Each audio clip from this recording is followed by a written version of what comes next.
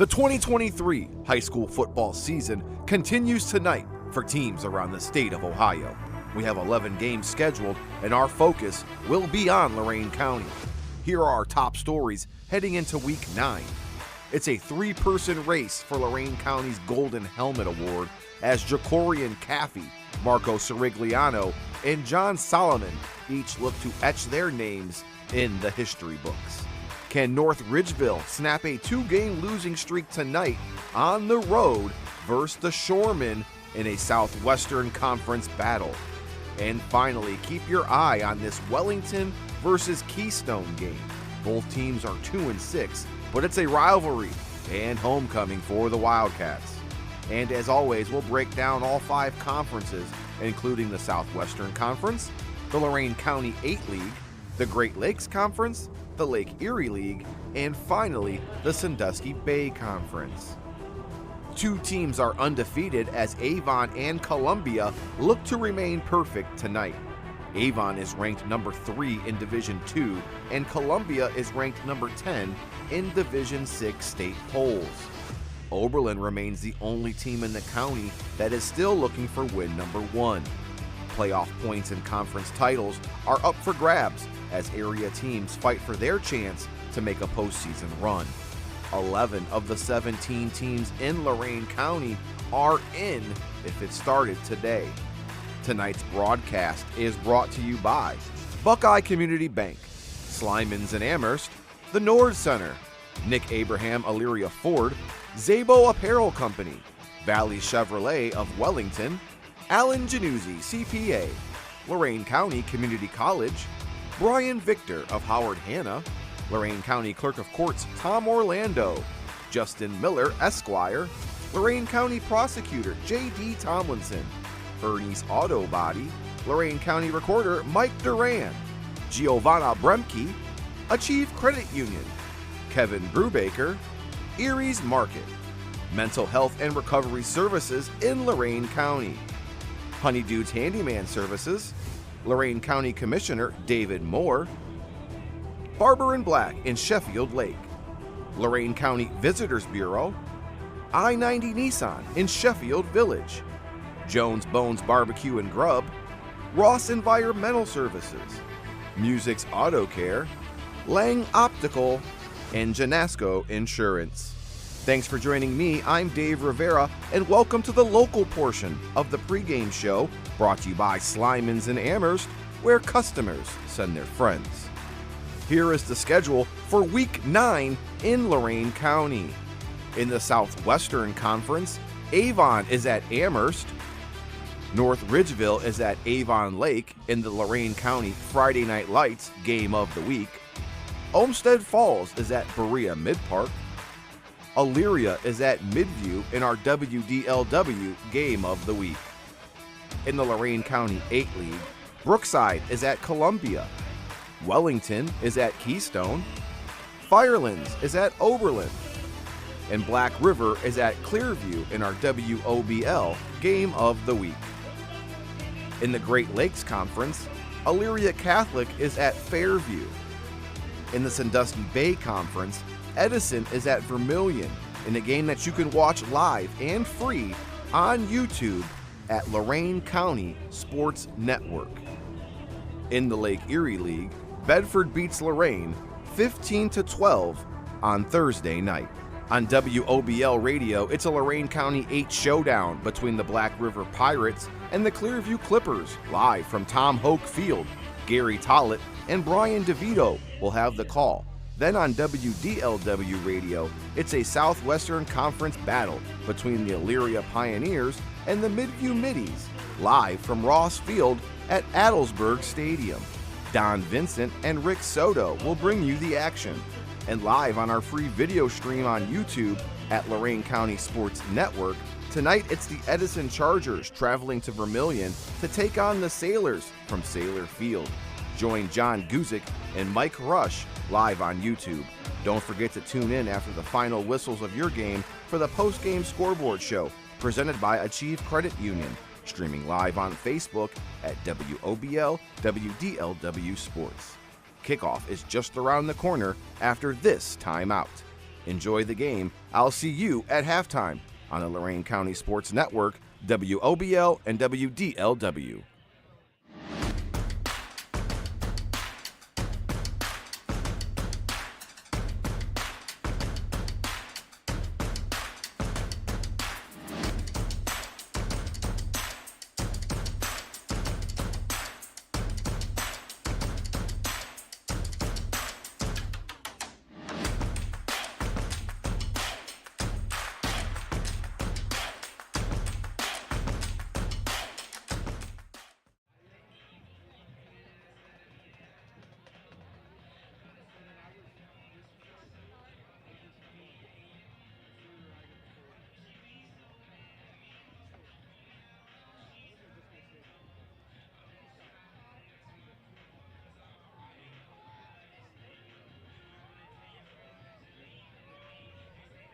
Week 9 on the Lorain County Sports Network finds us here in beautiful Vermilion, Ohio, as we've got a Sandusky Bay Conference showdown with the Edison Chargers coming in to take on the Sailors. I'm John Gusick, along with Mike Rush, and our team will be bringing you tonight's game starting at the top of the hour. We expect kickoff.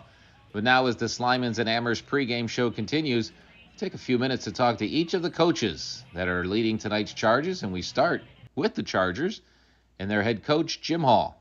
Coach, you guys have had a great year. Had a good start to our season. Yeah, we've been excited. We were hoping this group would come together and play at this level. And so far so good. And we need to keep things rolling tonight. And I never want to talk about Edison football, Edison sports, without hearkening back to one of your esteemed alumni. You've been there for a while. You have got very familiar with how Max Sobiak was a player of yours and lost in Afghanistan a couple of years ago. And I have got to imagine that presence of his and what he went through is probably still somewhat of an inspiration for your team even today? Absolutely. It's something that, as a coaching staff and, as a school, we try to keep his name in the forefront. We try to keep it relevant so kids understand what he represented, not just as a student athlete here at Edison and the things that he did as an athlete, how he carried himself and the things he did, but how he took really that same mentality that he had as a football player into his career in the military. And ultimately, obviously, he sacrificed his life for the greater good, and how proud we are of him, and we want to make sure our kids understand that caliber of a person that he was, and that his legacy is going to continue. Certainly speaks a lot for his family, speaks a lot for the program that you've put together there. And Coach, I know you're a math guy, I'm a math guy.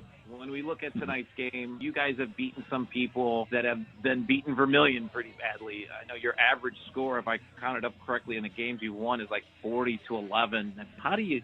And by the way, you have a big game next week coming up. So how do you keep your kids focused this week and making sure they realize that, hey, it's football, it's sports, anything can happen on a Friday night? It is how we approach it week by week. I think it's very important that kids understand that every week is unique. What Vermilion did last week in their game with Huron is not going to happen again this week. The matchups are different.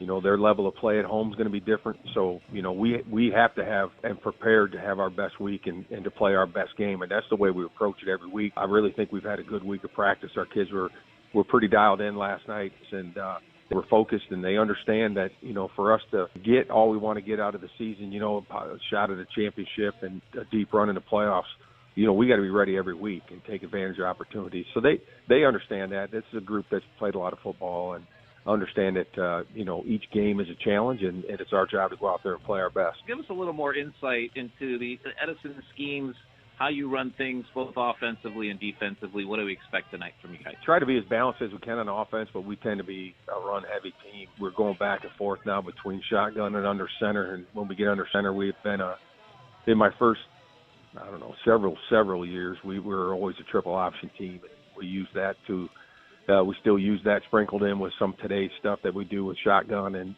I like to give the quarterback an opportunity to read and make decisions, and we got a good one in Marcus, and he understands how our schemes work and what he needs to do for us to be successful, and he takes a lot of pride in that.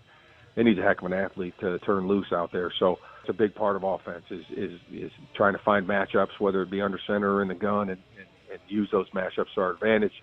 Defensively, we just try to be aggressive. We're based like a base 3-4, but we really like to try to bring as much pressure as we can. We like to move our linemen. We're pretty well undersized. We're not very big on either the offense or defensive line. So it's important for us to try to use quickness to create some havoc, and then, have our guys, which we got pretty good speed on defense, run to the ball and try to disrupt as much as possible. You're running a 3-4 on the defensive side, right?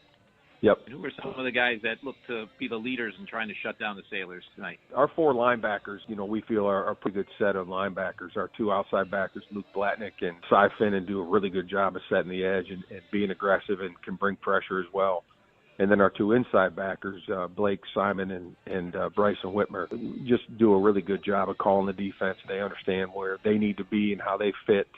And the same thing, they're good at bringing pressure and, in their stunt game. And those 4 really kind of set things up for us. Our secondary has been together for a couple of years now, so they have a lot of different rotations and matchups they have to take care of back there. It fits together really well. Our front 3 guys, again, like I said, are kind of undersized, our defensive linemen, but we try to move them and stun them and let them go make plays up and down the line of scrimmage. So it all fits together, and it's been a really good group for us. And you've watched a lot of film. You've talked to other people in the conference. What is Vermilion doing well this year? Because certainly they're playing better than the past few years have been for them. Kind of a mirror image of us, to be honest. It's similar to ours. Offensively, they use some of our same formations in shotgun, and then they like to get under center. They're more of an I team than we are, but they like to run downhill at you and control the football. And defensively, from what I've seen, it's like a mirror image of us. They get in there 3-4, and same concepts as what we use. They try to move their front and bring linebackers and so forth. It's been a good week for us in terms of being able to use our offense and defensive schemes against us, so that our kids get to see it. We get the young guys get to practice it a little bit more, and then the older guys get a good look at it because our young guys know what they're doing in that scheme. But a lot of similarities there. I used to coach Vermilion back in the day. I've spent the first 8 years there, so I know they have a lot of pride. I know the coach. I think I coached him while he was in Vermilionville, and I know he has a lot of pride and wants to bring Vermilion to where they once were, and you can see the kids are playing hard and starting to buy in. Thanks for pointing out that connection. I appreciate that, and we certainly appreciate having you guys with us for this game this evening against Vermilion. You guys had a great year. Your playoff spot is clinched, according to Joe Eitel. And things are looking rosy for the Chargers, so we're looking forward to a good game tonight. It kicks off at the top of the hour here on the Lorain County Sports Network.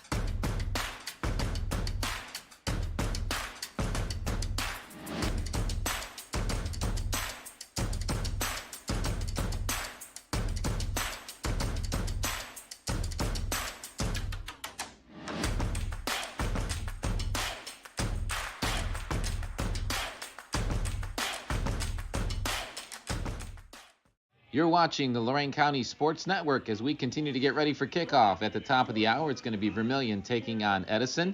And Buckeye Community Bank brings you the Coach's Corner before each and every game. And now a few minutes we have to talk about how Vermilion's going to tackle things tonight with head coach Bill DeFucci. So, Coach, so glad for you to take a few minutes to give us an overview of what's happening tonight's game. Let's go back a little bit. I'm assuming year 2 so far has been a lot more fun than year 1. Yeah, couldn't be more honest about that situation. Year 1 was about laying a foundation and implementing new schemes and really a lot of teaching. And after year 1, we did start this year kind of going back to ground zero and really teaching offensive schemes, defensive schemes, and what defenses are going to show us and recognizing coverages. So we really spent a lot of time this first year and a half of laying a foundation. Well, you start putting W's up, and that gets the kids excited. They're talking about it in the halls at school. What's something now that you're getting into kind of the end stretch of year 2? What was the funnest part of your season? It really comes down to the approach of a squad and recognizing how different each squad will approach a season or approach a game. And I think back to, our bus trips and kind of how we were when we played the game. And it was really focused and quiet and disciplined on those bus rides in the locker room before. And, I've been part of teams that was the approach. This group's a little different. This group, they started off a little quiet earlier on, but as we got into the season and the streaks, they started having a little more fun in the locker room. So our Thursday night practice, they're in the locker room, singing and dancing around, hopping around, and pregame, Friday night before the game, they're in the locker room singing and just kind of getting into their own mindset. So it's kind of fun to see a different squad approach pregame and preparation differently than we were used to growing up. Give us a little synopsis of schemes that Vermilion's running, and as we watch the game tonight, what are the things we'd expect the Sailors to be good at? We hang our hat on running the football and playing good defense. We're a firm believer that if we do a good job up front and we run the football well, that it opens up the passing game for us. Play action stuff, short, intermediate, and then we'll take our shots when we have to. Defensively, when we've been successful, we've done a great job of swarming to the football. I mean, we had 9, 10, 11 helmets to the football, and when we're doing that, we're playing the style of football that we want to play here in Vermilion. Well, who are those guys up front that are looking to set the tone for you tonight? It starts up front with the D-line. We're pretty, in my opinion, we're pretty fast and athletic up front. Bo Benish, Con Agnew are defensive ends for us. A combination of speed and strength from them. Mason Plass handles the nose tackle position for us, and he does a good job of handling the centers, taking care of both the A-gaps there. And then behind them, working that linebacker core, Keegan Fry, Sean Brownell, Cohen Mooney, Evan Coons. Those guys are doing a great job. Looking over your roster, under the column where it says class, there aren't a lot of 12s this year. So who are some of the 10s and 11s that have really surprised you and helped this team come along a little quicker? Defensively, we're fortunate. We have one senior starter on the defensive side of the football for us. So as much as we say we're young, as far as me being year 2, we're also still relatively young from a squad standpoint. We have 7 seniors this year, and they're committed to changing the culture here and being a prime leader and example for how we want to modify this squad. But we do. We're junior heavy. We've got some sophomores here that are sprinkled in, and they're doing a great job. These 2 younger classes are going to be a fun group to watch here in the next couple of years. Well, certainly looking forward to that. But as you go to this end of this year, if the season ended tonight, you guys would be in the playoffs. And so you've got in front of the players. There's still some work to be done to make that happen. So how's that conversation help keep people kind of a little more focused at this time of season? And it's been a struggle out here for years. The SBC is the top-tier small school conference in the state of Ohio, and we're fortunate to play in it. It's also a tough conference to build a program in, and these seniors and even the juniors have been through some tough years. They understand, what we face week in and week out. So the fact that we can tell them to this point, hey, you're in right now. You're playing week 11, and you guys have laid a great foundation for future success. Now let's get in. Let's get in and see what happens if we're playing our best football. They're really gravitating towards that. And I tell them all the time, it's been a long time. 97 was the last squad that got in the playoffs here in Vermilion. And it's about time we get another squad in. You're listening to the Buckeye Community Bank Coaches Corner as we get ready for Vermilion to host Edison. And, Coach, let's talk about Edison here for a minute, because this is a tough team that's coming in to work against you guys tonight. Hit it right on the head there. Coach Hall has done a phenomenal job out there. Him and his staff, year in and year out, that is a tough squad. They play tough, gritty football out there, kind of like looking in the mirror a little bit. They run that gun tee stuff that we've been running the last 2 years. They run a 3-4 defense as well, and they do a great job with pad level, finishing runs, finishing tackles. It's a solid squad. They're off to a great 7-1 start, and we definitely will have our work cut out for us. You've been the underdog all year, and you guys have rallied to that on numerous occasions. We talked earlier in this conversation about having a lot of sophomores and juniors that are contributing. Those guys really are closer to being a class further now that you're into week 9. So what do you have to do at the underdog? If you keep it close early, it puts the pressure on the other team. What do you have to do early in this game to make sure you guys are giving you the best chance to succeed? It comes down to playing with confidence. The boys have done a good job this year multiple times playing with the lead and coming from behind. And they've been in games that have swung both ways against SBC schools. And then we're behind and we got to fight back. But the biggest component that we're trying to instill in them is playing with confidence for 4 quarters, regardless of what happens on the football field. There are going to be times when things go well for us, and there are going to be times when, the other squad just matches up better that play than we did. We go back to huddle, we regroup, and we come back out and get back in that attack mentality. I tell the boys all the time, do what we do. If you get to where you're supposed to be, you're going to give us a chance. And that's really what it boils down to here in high school football. Coach, we're definitely excited to be in Vermilion on this Friday night, week 9, and it sounds like you've got your players focused and excited about it as well. So invite everyone to stay tuned, because kickoff's coming up at the top of the hour. Vermilion hosts Edison here on the Lorain County Sports Network.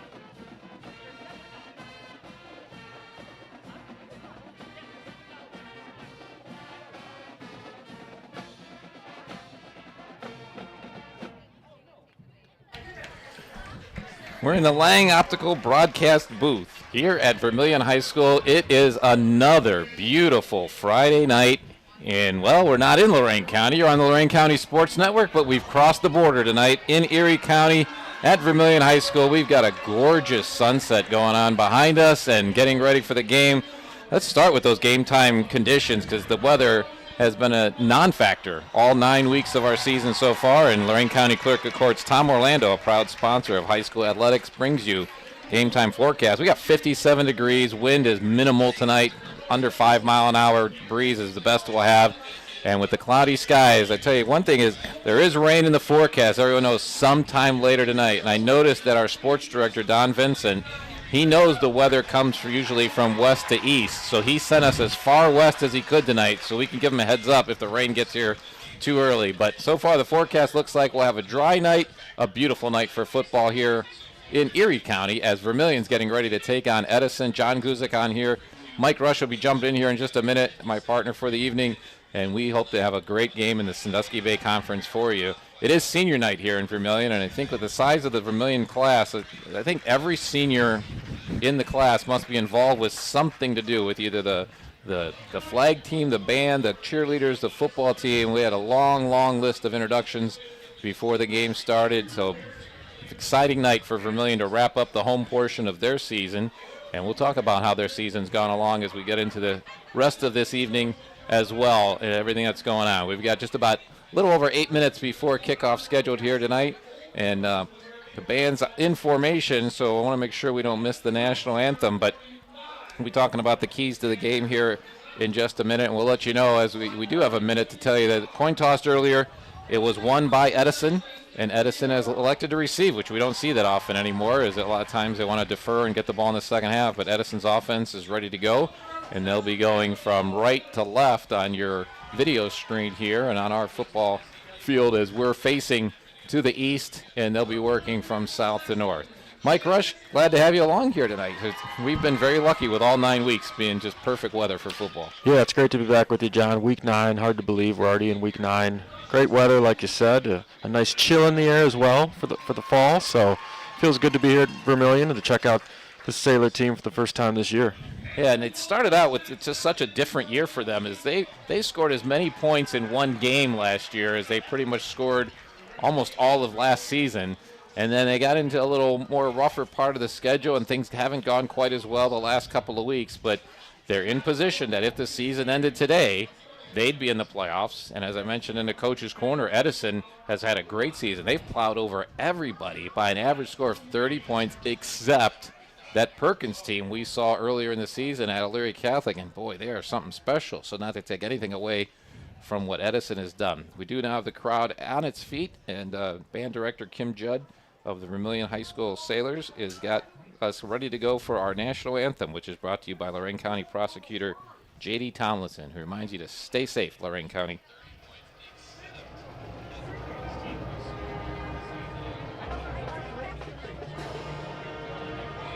That's always the instance where we can't hear the PA announcer while we're on here, so we do have the alma mater first, so give us a chance to talk a little bit more about that Vermilion season because it started out on such a rush. And boy, we talked to Coach DeFucci before the game, and he let us know that the excitement that the kids had early in the year when they opened the season with a win at Margaretta, and then they just rolled up so many points against Willard and South Central that it doesn't matter what the opposition is. When you put almost 100 points on the board on back-to-back weeks, it's a lot of fun, builds up your stats, and this is a very junior-driven team. As we saw when the captains came out for the coin toss, we had all seniors out there for Edison, and even though they're a junior-driven team as well, it's usually the seniors who are their captains. For Vermilion, they had Mathis, Mooney, Benesh out there, all juniors, along with Keegan Fry, their one senior captain out there, and that's one of the things that really tells you where this Vermilion program is at in building up under Coach DeFucci's second season here, as they're getting ready to really try to build into that next level. And with a winnable game next week, and you squeeze out some type of underdog this week, you're definitely looking at playoff situation for Vermilion. As mentioned earlier, Edison has already clinched theirs, so it looks like the Vermilion band's going to give us a minute to get to the keys of the game, Mike, because I know you've been analyzing this throughout the week and certainly throughout the afternoon, and What do you think Vermilion has to do to try to pull off an upset? Yeah, we'll start with Vermilion again under the direction of Coach DeFucci's second year, really trying to build the program up here and instill confidence in his young team, as we said. For them, they got to establish the run. Coach DeFucci's an old school football coach. He believes in running the football. They need to be able to control the ball, control the clock, keep that potent Edison offense off the field. And with the Edison offense, he's talking about run-driven, but they're not big up front. And Vermilion does have a size advantage up front. So Edison's going to work with that speed and experience advantage. And Vermilion's got to see if they can counteract that. Right now, we are going to pause for the playing of our national anthem.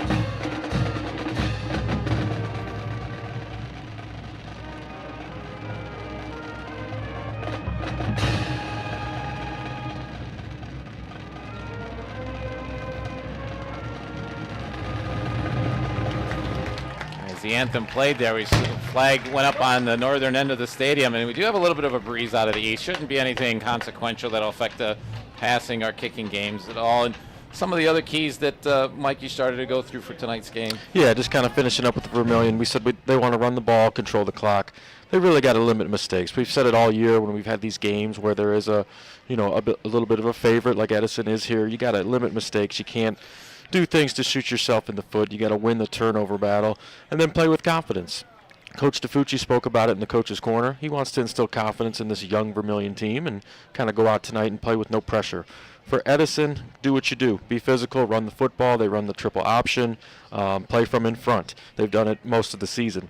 Defensively, fly around, cause chaos, get off the field. Don't let Vermilion control the ball the way we know they would like to.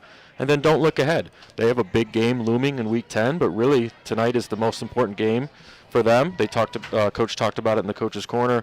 Take care of business tonight. Don't get caught looking ahead. So let's look at the guys that are going to be doing the work tonight. We mentioned Edison will start with the ball. They'll have number 2, Marcus Medina. He'll be your quarterback tonight.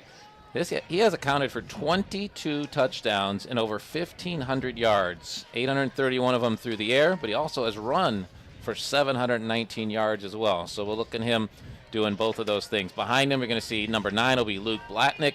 He's a junior running back. He's got 380 yards and 7 touchdowns on the year. And Cy Finnan is a name we'll call a lot because he's carried the most, 85 carries on the year. He's also scored 6 times. He'll be number 17.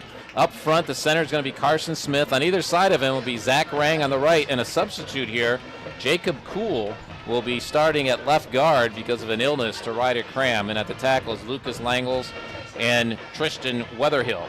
Tight end is Blake Simon. He'll be number 30. And then our wide receivers will be Devin Wendt and Abe Hermes. For the Vermilion defense, a couple of changes on their side of the ball, too, because of injury to Coach DeFucci's son, actually. So up front, mentioned that Mason Ploss will be your nose tackle right in the middle, and Colin Agnew and Bo Benesh will be on either side of him on the front 3 for the Vermilion defense. Linebackers now will be Aiden Kaiser, who will be coming into the starting role, along with Evan Coons on the outside, and Cohen Mooney and Sam Brownell on the inside. Keegan Fry usually is one of those starting outside linebackers, but he's going to be moving back to safety because of the injury at the ankle of Dominic DeFucci. Other safety will be number 8, Oliver Roy, and the cornerbacks on either side of them in the defensive backfield for Vermilion will be Aaron Mathis, number 7, and Brock Myers, number 9. So the teams have come on the field. Those will be your starting lineups here as the band gets ready to come off. Happy to have you on here tonight. The Lorain County Sports Network on the air from Vermilion this evening. We've got another week to go next week. We'll talk about that as we'll be heading out to North Ridgeville. But also want to remind you, we are an extension of the WOBL, WDLW sports departments, and we have great Lorain County live football action for you on both of those stations tonight, as WDLW 1380 is out in Grafton, and that's a big rivalry game, Elyria and Midview, and both of those teams trying to get into the playoffs, and Elyria pretty much got a good shot there as a Division I team. Pretty much they're all making it. Midview's got a little more work to do, so that's a big game for the Middies, and Elyria wants to prove that what they showed last week is part of what they are going to be for the rest of the season. And then Clearview and Black River might be the best matchup actually on paper coming into the night, and that's on WOBL, which is 1320 on the AM dial, but you can also find them on FM on the websites, as well as just download the app from either radio station, and they'll live action all night long. We've got the ball teed up here as Vermilion's ready to get this game underway, and a familiar name is something we'll be hearing later on is Caleb German. The German family, obviously such a big part of Vermilion, but he's their point after and field goal kicker. This will be Zeke Dunn kicking things off for Vermilion, and ball's taking it about the 5-yard line, and now we got a flag right away as a big hole opens up, and I think this one's going to come back, but it looks like it's going the distance, 95 yards off the opening kickoff for Edison, but we've got 2 flags down back, one at the 16 and 17-yard line, so this one is probably going to come back, and a big break for the Vermilion defense, as even if that block was one of the things that led to the long return, there was nobody touched him the whole way down for 95 yards. Yeah, number 25, Bryson Whitmer for Edison. He's a dynamic return man. He's got an 89-yard kick return earlier in the year against Perkins, but I think we're going to get a block in the back. And like you said, I'm not quite sure that he needed it, but it's right in front of the official. It's definitely going to get called. Yeah, when you talk about being the underdog here, as the Vermilion Sailors are, the last thing you want to do is get down early, and so this penalty is going to be a big break for the Sailors, and not only takes a 6 off the scoreboard, but pins Edison's offense into a poor starting position to get things underway here on their first series of the game. Yeah, and this Edison offense, as we said, it's triple option concepts, but they're trying to be more diverse and balanced this year, so you'll see more shotgun, more misdirection, and their quarterback, Medina, making decisions. So it looks like a 10-yard penalty will put the ball down at the 8-yard line, and the time did run off the clock, so we're already at 11:45 as Edison starts their first drive of the game in shotgun formation, and Roley looking to pass on the first down, and he's got a guy open on the left sideline, and it bounces off of his chest. Incomplete. Medina getting the ball out on the far left side. And we don't have a big depth chart from Edison, but that's not one of the ones that we gave you as a starter. That was Grayson Smith coming in on the first down play. He had room to run if he would have been able to bring that one in. But a couple breaks for Vermilion, and they see if they can take advantage of them as it brings up 2nd and 10. Yeah, Edison kind of coming out, breaking tendencies, throwing the ball on first down. Now everyone's kind of stacked in there, and it is run with Medina keeping it. And now he's off of the races, and it's going to be tough to catch him. One game-saving dive that doesn't work. And he is going to go 92 yards for an Edison touchdown 35 seconds into this game. Wow. Yeah, we talked about him briefly in the pregame. Marcus Medina, dynamic, leads the division in rushing. He's everything you would want in that trigger man for Edison, and you see there. And his 23rd touchdown of the year, 10 of them were on the ground before that one. That's his 11th that he took in by himself, and we're only in the first quarter of week 9. That guy is putting up some incredible numbers. Already kind of mouth-watering for that matchup next week. Edison and Huron is going to be a great matchup next week, and which might be for the Bay Division title. Extra point attempt coming now for Edison. Should be Alex Davidson lining things up. And that kick is up, and it is good. So 35 seconds into this one, it's already Edison 7 and Vermilion nothing. And see what the Vermilion offense can answer as we take a quick break and be right back here on the Lorain County Sports Network.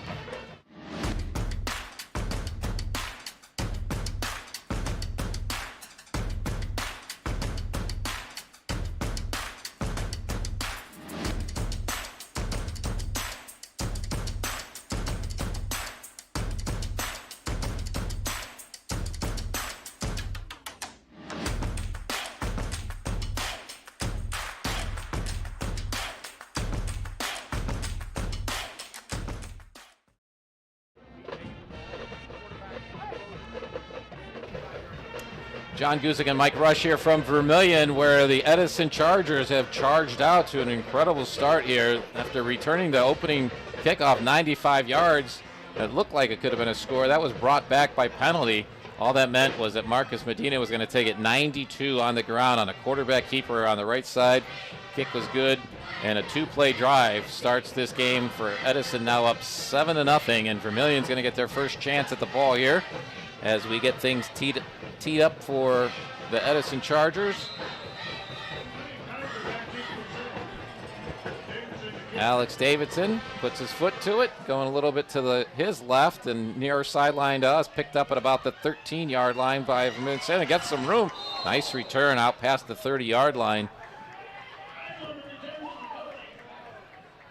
Good starting position. That's what you want to get back at it for Vermilion as they try to make sure they don't get down in this game that's clearly heavily favored by the Edison Chargers.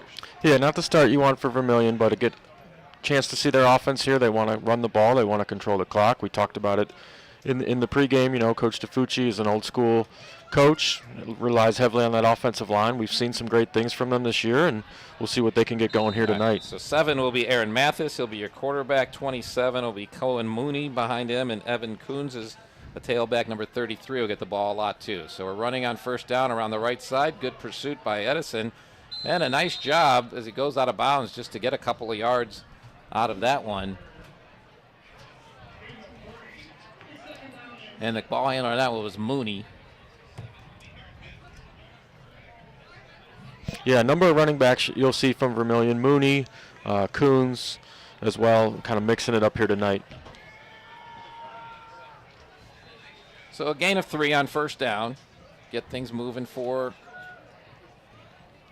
the Sailors. Loaded backfield here. And obviously a run-heavy team as this time keeping it around the left side. And, nice cutback and moving into the middle of the field and still on his feet as he breaks a tackle, coming around past the 40. Going to have first down territory. Mathis doing most of that work on his own as he made a great cutback, broke a tackle, and then sprinted to get Vermilion's our first down of the game. Vermilion gets it out past the 40-yard line here. Yeah, Vermilion kind of stealing the page from Edison's book, going with the option look. Mathis very electric as a quarterback in his own right. Great cutback for him. He's able to pick up positive yards, a first down, as you said. And that's what Coach Hall was saying with Edison, is they're kind of a mirror of what Edison tries to do, and we saw that right away. Now, Mathis going in the shotgun. Motion back coming around and gives it to him, coming off the right guard. And again, a nice gain. Move the ball. Keep things moving along for the Vermilion Sailors. It's the first carry of the game for Evan Coons, who gets out past the 47-yard line for a gain of 4. Yeah, already positive things for Vermilion. You've established the run here a little bit. You're mixing it up between different guys, and you're able to generate, a drive here. And the Sailors are a little bit bigger up front. Mason Ploss in the middle. He's 265. A couple of 185-pound guys, Butcher and Ellis on either side of him. But the tackles, Troy Jackson comes in at 210, and Evan Wagner, 68, is at 265. Second down play, handoff. Good cut in by the Edison defense. Missed him the first time, but then gets pushed back. And the diving defender who missed the legs of the running back on the first one ends up being a part of the tackle. That was Coons again on the carry. And Carson Smith was the one who shot the gap there and was in on the tackle. Ball gets placed down at the 47, so it'll be no gain. Yeah, we heard Coach Hall talk about it in the pregame. His defense is smaller, but they've got tremendous speed.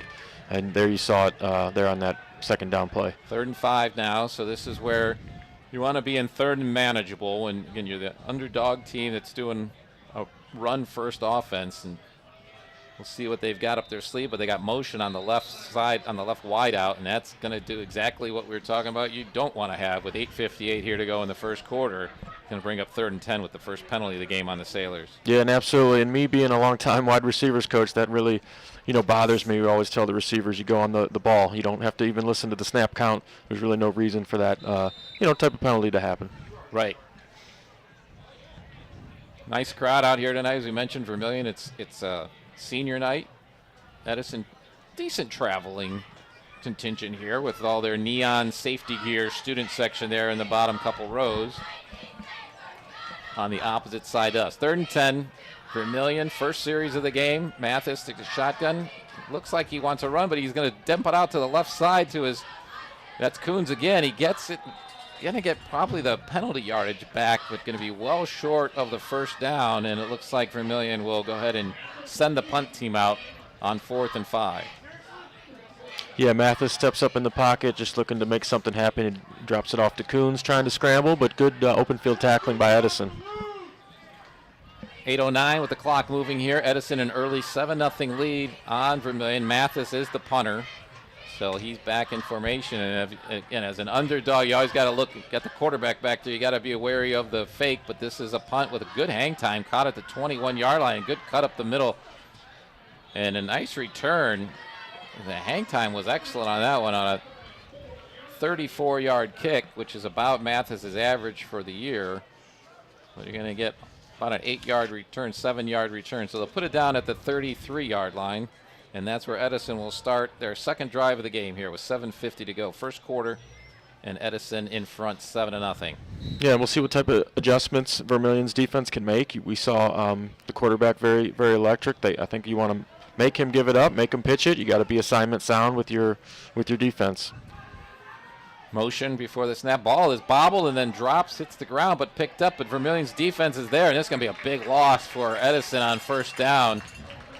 I'm not sure exactly what Medina was. I think he had lifted his head looking for a quick pop pass on the right side, and when he did that, the ball bounced off his hand, and then by the time he went to grab it in, it had hit the ground, and they're going to mark it back at the 27-yard line. So that's going to be a loss of 6 on first down. And again, just kind of the thing a Vermilion defense needs is to put them back on their heels a little bit. Yeah, absolutely. And we'll see if this Edison offense can recover with this run-first approach. 2nd and 16. Medina's going to throw. He's got a guy wide open on the right side, but as soon as he catch it and try to turn upfield, stepped out of bounds. So not going to get much out there. That's Devin Wendt on the reception. Gets past the original line of scrimmage, so call that a gain out to the 34-yard line, a gain of 7. And it's going to bring up 3rd and long for Edison. So see what Vermilion can do here. You talk about a run-first Edison team, and they did score on the running touchdown. But the first play of the game, they tried a deep bomb, and it looked like on both that first down play they were looking to pass, and obviously passed on second down. So they're surprising us a little bit so far, and clearly this would be a more obvious passing down. 3rd and 9. Motion and Medina back to pass, looking right, throws right, has a guy out there, but bounces out of bounds, incomplete. And that's going to be a good hold by the Vermilion defense, taking advantage of a bobbled snap by Edison, and then a nice job of coverage on that play for sure. Yeah, good job of Vermilion there of kind of playing the sticks, right? They knew it was 3rd and 9. That receiver sits down right at the first down marker. Vermilion DB sits down with them, and he's got him covered. 7 minutes exactly here in the first quarter. 7-0 Edison. In punt formation. Snap is good. A little bit of pressure from the front of the Vermilion line. A fair catch called at the 33-yard line. The ball dropped on the field. I'm not sure who got on top of it.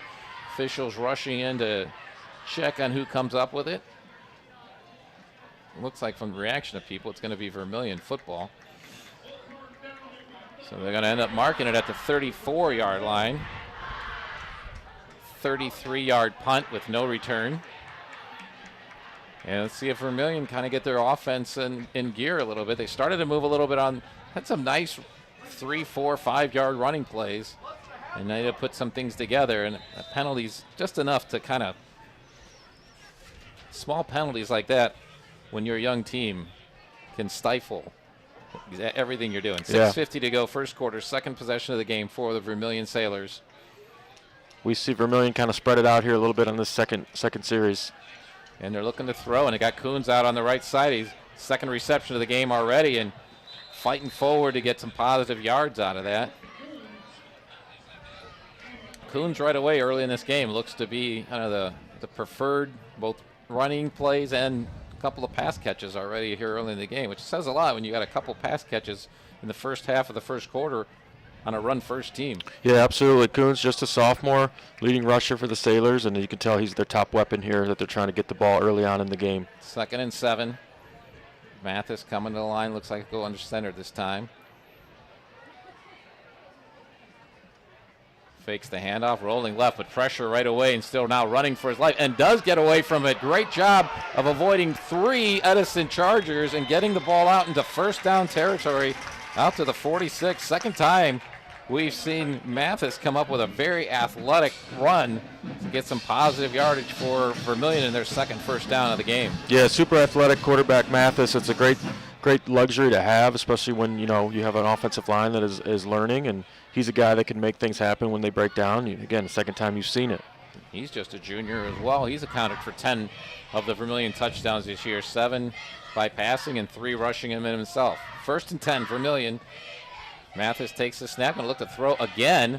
And he's got a fullback flaring out on the left side. Pass is complete. It's a little bit of positive yardage, but nice coverage by Edison. These are some of these plays, though, that kind of set up some things you might be looking at to do in the Vermilion playbook later if you can make these ones successful. And this one gets out to the 48-yard line. So a couple of yards there on first down as the ball was caught out on the left flat. Yeah, I think you've seen both teams so far trying to kind of throw on more running downs, trying to break tendencies that they've built up over 8 games so far this year. 5:07 to go, first quarter on the Lorain County Sports Network. Mathis takes the snap, hands off, going right, and then cutting back up the middle, but everything's just kind of stacked up right there and not much movement going on. That may have been Coons again on that one. Call it a gain of 1. Bring up 3rd and 6. Okay. We'll make it 2 on that. They put the ball right down at the midfield stripe, just above the Vermilion anchor out there. I have to bring up at some point tonight, I've always asked this question. The name is Vermilion, but there's no red in any of their color schemes. So I'd like to know, I need to dig into the history of that at some point. For 3rd and 5. Mathis to throw, gets pressured, going deep on the right side. Ray's out there, but kind of slowed down looking for the ball, and by the time he realized it was over his head, he couldn't catch up quite fast enough, and the ball falls incomplete to bring up another 4th down, as this drive is exactly the same as the first drive for Vermilion. They get 1 first down off an athletic Mathis run, and then up punting on a 4th and this will be a 4th and 6 situation. Yeah, Fry, leading receiver for Vermilion. Coach Tafucci calls him the heart and soul of the team. Not sure if he wasn't expecting the ball there, but kind of slowed down and wasn't able to corral it. Kick is away by Mathis, and he's going to get it over. It's a nice catch at the 10-yard line, but see, Vermilion's coverage team is really accelerated on this play after the first 2. The opening kickoff went all the way back. The first punt of the game had a nice return, but this time they jam them back down there at the 11-yard line with 4:04 to go here in the first quarter. And that's exactly what Vermilion's defense needs, is to be in a spot they can maybe keep some pressure on that Edison offense. Yeah, definitely winning the field position battle so far early on in this game, backing up this Edison team. We'll see what Edison can do. They have a number of running backs as well that we can see. Bryson Whitmer, 6 foot 225, and others as well. So Edison to the line here, 1st and 10. It's already the third possession of the game. We're still in the first quarter. Big hole over the right tackle and getting some decent yardage. Got almost at least 9 there over across the 20-yard line. Yeah, that was Luke Blatnick, the one of the backs that we're referring to. Took me a minute to get a number out of there coming out of the pile. I love the jerseys and the uniform scheme by the purple and gold with Vermilion. Numbers are very easy to pick out. That time Blatnick was walking back to the huddle with his shoulder to us, but second down play and option out to the left side, makes the pitch and going to get the first down and out to the 30-yard line for Edison is Blatnick again. Going to give him a pickup of 9 on that one. Yeah, the Vermilion defense does a nice job of making the quarterback pitch it, but Blatnick's speed, he's able to get to the edge. Even though they're winning 7-0, it's actually the first down of the game for the Edison Chargers, since that was a 2-play drive on their first possession. And it gets them out of the shadows of their own end zone. 1st and 10 from the 30, 3:05 to go, first quarter. Hand off to Blatnick. This time he's got room going around the right side, cuts back right at the hash marks and does a nice Nice selection there of getting himself another Edison first down, another 10 yards for Blatnick out to the 41-yard line. Well, I guess we'll have to give him 11 the way they're putting the ball down out there. Yeah, heavy dose of Blatnick early on in the game. He's kind of their guy they want to get on the edge. Good blocking out on the perimeter by Edison, and they're able to kind of flip this field position here. They even moved it out to the 42. So gain of 12 for Blatnick as we get through this first quarter here in Vermilion. It's Lorain County Sports Network. Vermilion and Edison with the Chargers with the ball and a 7-0 lead. Quick handoff over the right side again. They're getting a lot of room off that right tackle for Edison, and that was the first carry for Cy Finnan, of the game.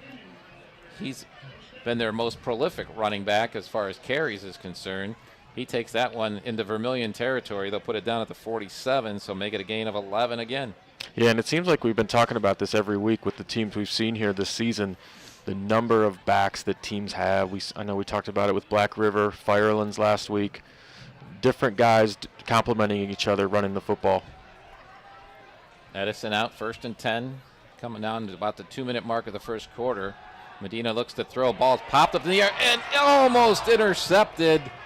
It was Keegan Fry with the coverage. And when Medina tried to kind of jam it in there, he threw a strike. So the ball went straight up in the air with Fry's great defense on the intended receiver. And he couldn't bring the ball in and make an interception on that one. That would have really been a big boost for them as Cohen Mooney almost had it. 2nd down.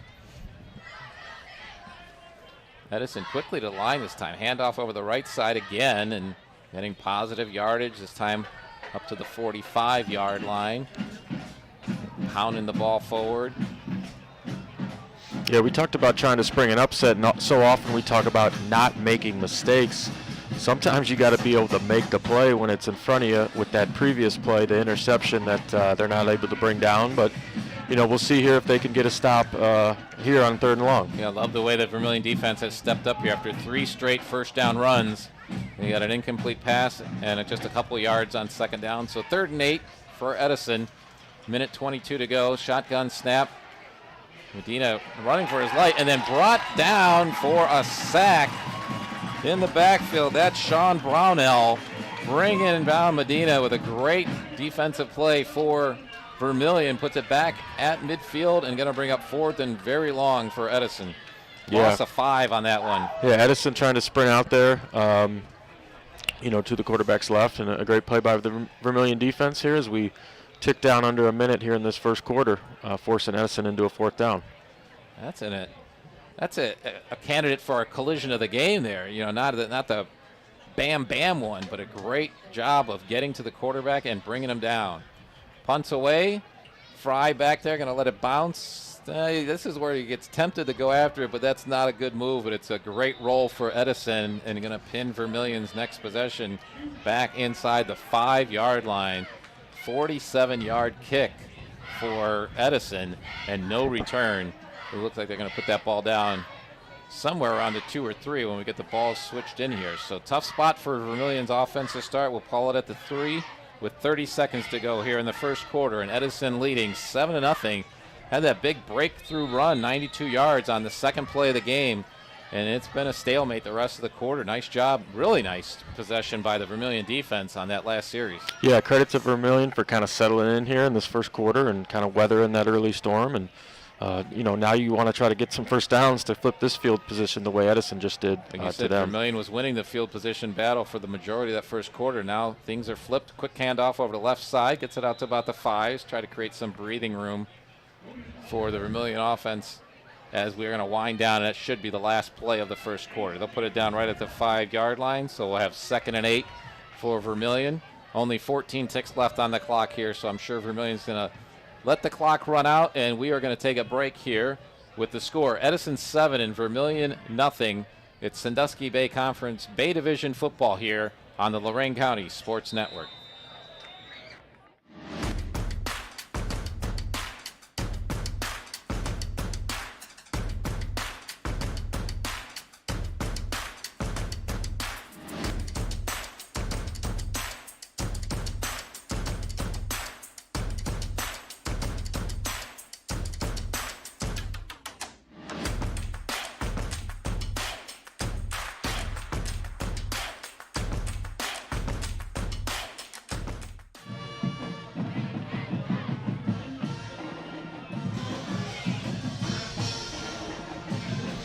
Week 9 of the Lorain County Sports Network. I can say that. It's not just week 9 of the high school season, but our inaugural season here. And happy to be on our YouTube channel, an outreach of the WOBL, WDLW Sports Department. I'm John Guzik along with Mike Rush, and things look a little leery for the Vermilion team at the second play of the game, but the rest of the quarter, a stalemate, and we've got a 7-0 game to start the second quarter. Yeah, their defense has settled in. You know, they've gotten stops offensively. We've seen them run the football. We've seen that electric quarterback in Mathis kind of make plays, and, you know, the game's kind of settled in here. So we'll see, again, big drive. Even if you don't score here, to flip the field position so you don't give the ball back to Edison in good position. Yeah, the couple of big plays. Well, one was a keeper, but then Mathis rolled out a couple times. He's rolled out the pass and a lot of pressure and created something. It's hard to take that risk when you're this far backed up. So we'll see what Vermilion has. But they do split 2 receivers wide right, another receiver split off to the left, and only one running back with Mathis in his own end zone. Actually takes the snap, looks left, and now looking down the middle and lofting it out there, and had a little bit of space looking for Bo Benish out there at about the 25-yard line, but just out of the reach of his fingertips. And what we're seeing on a couple of these Vermilion receivers is kind of like, I like where Mathis is putting the ball. They're kind of waiting until the ball's in the air to really go full speed, like they're not used to getting out there. So maybe they can make that adjustment, because we've seen a couple times where it looked like Mathis had the right touch on the ball, but the receiver's waiting for the ball to be in the air to kind of wait till they sprint out. So we'll see if they can find a way to get to this first down here from 3rd and 8 from their own 5-yard line. Mathis again rolling in his own end zone and looking right and throwing deep. This time he's overthrown everybody on that one. Yeah, good coverage on the play. They tried to do a little hitch and go, a double move, and the corner from Edison didn't bite on it, and good coverage for Edison to try to get off the field here. Keegan Fry certainly is number 1 receiver out there, so that's the one that Edison's going to keep an eye on. So it looks like a 3 and out, but Mathis will have to punt from his own end zone, which is never a good feeling when you're a punter, regardless of where you're at. But this is good. We talked about flipping the field, and this is going to give Edison some great field position with 11:49 to go in the half. It's Edison 7, Vermilion nothing. And Vermilion's been hanging tough here as a underdog on this one for sure. And they're giving Edison everything they got. Mathis has got a lot of pressure, and I think might have gotten the ball hit a little bit as it goes off to the left this time. Bounces, gets a good bounce out to the 30 at least. But the ball didn't even get to the 20 as pressure came from Edison. And I don't know if they rushed him and he hit it off his left foot or the left of his foot, or if it did get a hand on it. But either way, great pressure by the Edison punt team, or the punt defense team, and it's going to place it down at the 29-yard line for the best starting position of the game for either team here with 11:39 to go in the half. Yeah, and honestly, that could have been worse. When he punted it, it looked like the ball went straight up in the air, but they were able to get some net out of it. Yeah, great bounce, and now here's a rush around the left side by Edison. Good pursuit by Vermilion to stretch it out. But I tell you what, that's a tough play for the Edison ball carrier. Was Whitmer on that one, and he had pursuit right away, and he did a great job of just using his speed to get to the sideline and turns it into a positive play, 4-yard gain for Edison on their first down. Yeah, number of backs, as we said, for Edison. Number 25, Whitmer, known more as the power back. He's actually, he weighs more than any offensive lineman that Edison has, and he's carrying the football. Second down play, broken play by Edison, and again, Vermilion doing a great job of taking advantage of mistakes the other team makes, and they did that in the first quarter with a bobbled snap, and this time the Edison defense is all over to make a big loss there. That's Angany, part of that pressure after clearly Medina turned around looking for somebody that wasn't there, and it puts the ball back behind the sticks, just what Vermilion needed. That's going to be a loss of 6 on that one and bring up 3rd and 11. Yeah, that's the 3rd loss for Medina after the 92-yard run. Here's a reverse and a pass going back to Medina, and he's open and he's got room. He's got a blocker in front of him trying to take it into the end zone himself from 30 yards out. The reverse and throw back to the quarterback goes for a touchdown for Edison with 10:43 to go in the half. makes it 13-0. The Chargers over Vermilion as they pull out a little trickery after making a mistake on the play before that. Yeah, great play design. I think they call that the Philly special from the Eagles. Throwback to the quarterback. So perfect execution, right time for Coach Hall to go to it, and again, they executed. We talk each week about these awards that we recognize at the end of the game, and I think we've got a couple of them already in the at least big candidates already locked in, as we've had big plays, electric plays from Edison, putting 14 points on the board. And we've had some good defensive plays by Vermilion. It's just got to get that consistency from play to play and need to get the offense moving. And we'll see if they can do that when we come back right after this on the Lorain County Sports Network.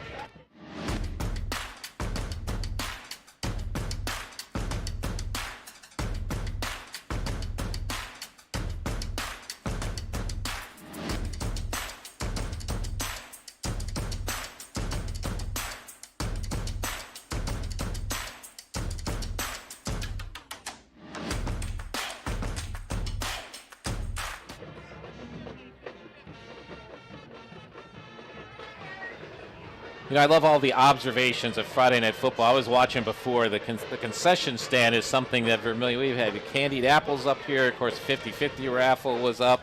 They mentioned about chicken sandwiches were available from another organization here trying to raise some money.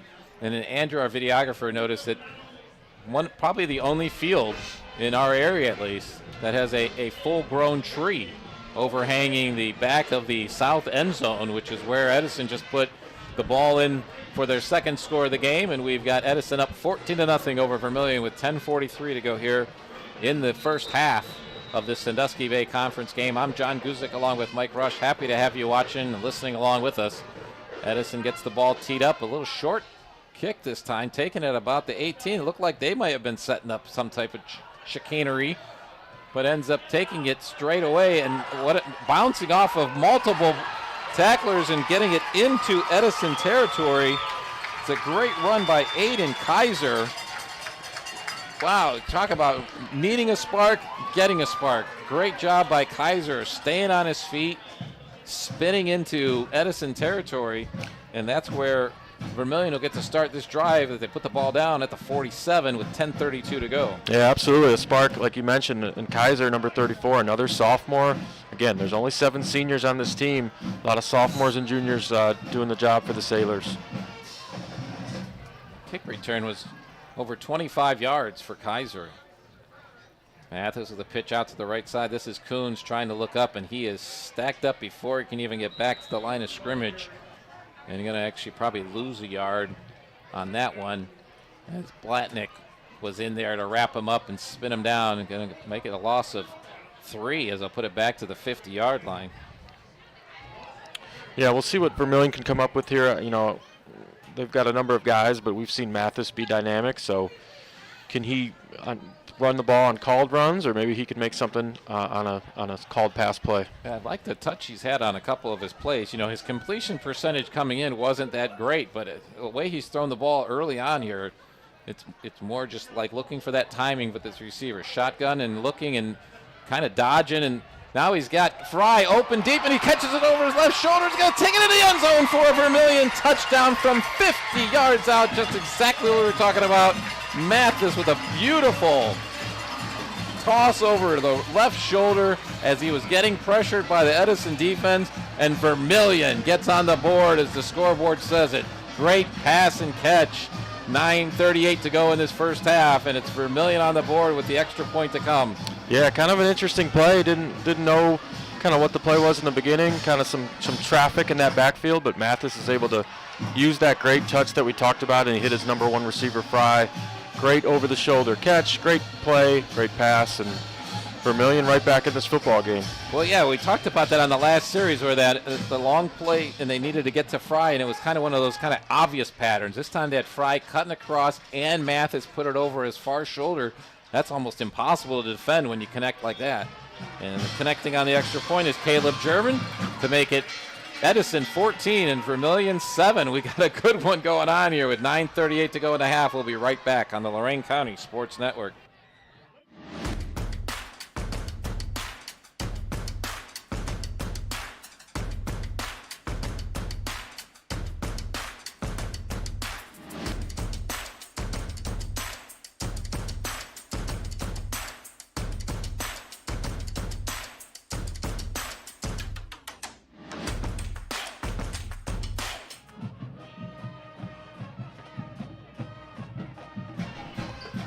I want to remind you that with that touchdown and every touchdown that you see on the Lorain County Sports Network, as well as WOBO and WDLW, our friends at I-90 Nissan will make a donation to the United Way of Greater Lorain County, and we appreciate their sponsorship. And I know that number, it's got to be passing 200 already for the number of touchdowns, because I know we were at about 186 over a week ago.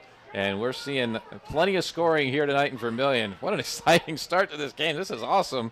As really in the other games, Edison has been putting it to their opponents except for Perkins. And you look at similar opponents and teams that have beat Vermilion, and then Edison has beaten that team by multiple touchdowns. And Vermilion playing that underdog role to perfection right now, as this is a maturing team, as we're seeing right in front of us. They're coming off a couple of very tough seasons, had some exciting, and their offense was very dynamic beginning of the year, where they were putting up 55 and 40-some points a game. Yeah, what an answer for Vermilion. Edison, a very established program, and both coaches talked about how both teams are kind of mirror images, and this is kind of a measuring stick game for Vermilion here tonight, and they're competing. Here's the kickoff. It's going to be more of a squib, and picked up at about the 28-yard line, and getting some distance on the left side across the 35 to about the 37 is where Edison's going to be starting their next drive in the game. Boy, we had back-to-back quick, short drives. Edison was a 3-play drive that went 30 yards on a touchdown scoring play in less than a minute, and then Vermilion answers with a 47-yard drive, but it's a 50-yard pass play. And that drive took less than a minute. And here we are, 14-7, as Edison coming around the right side.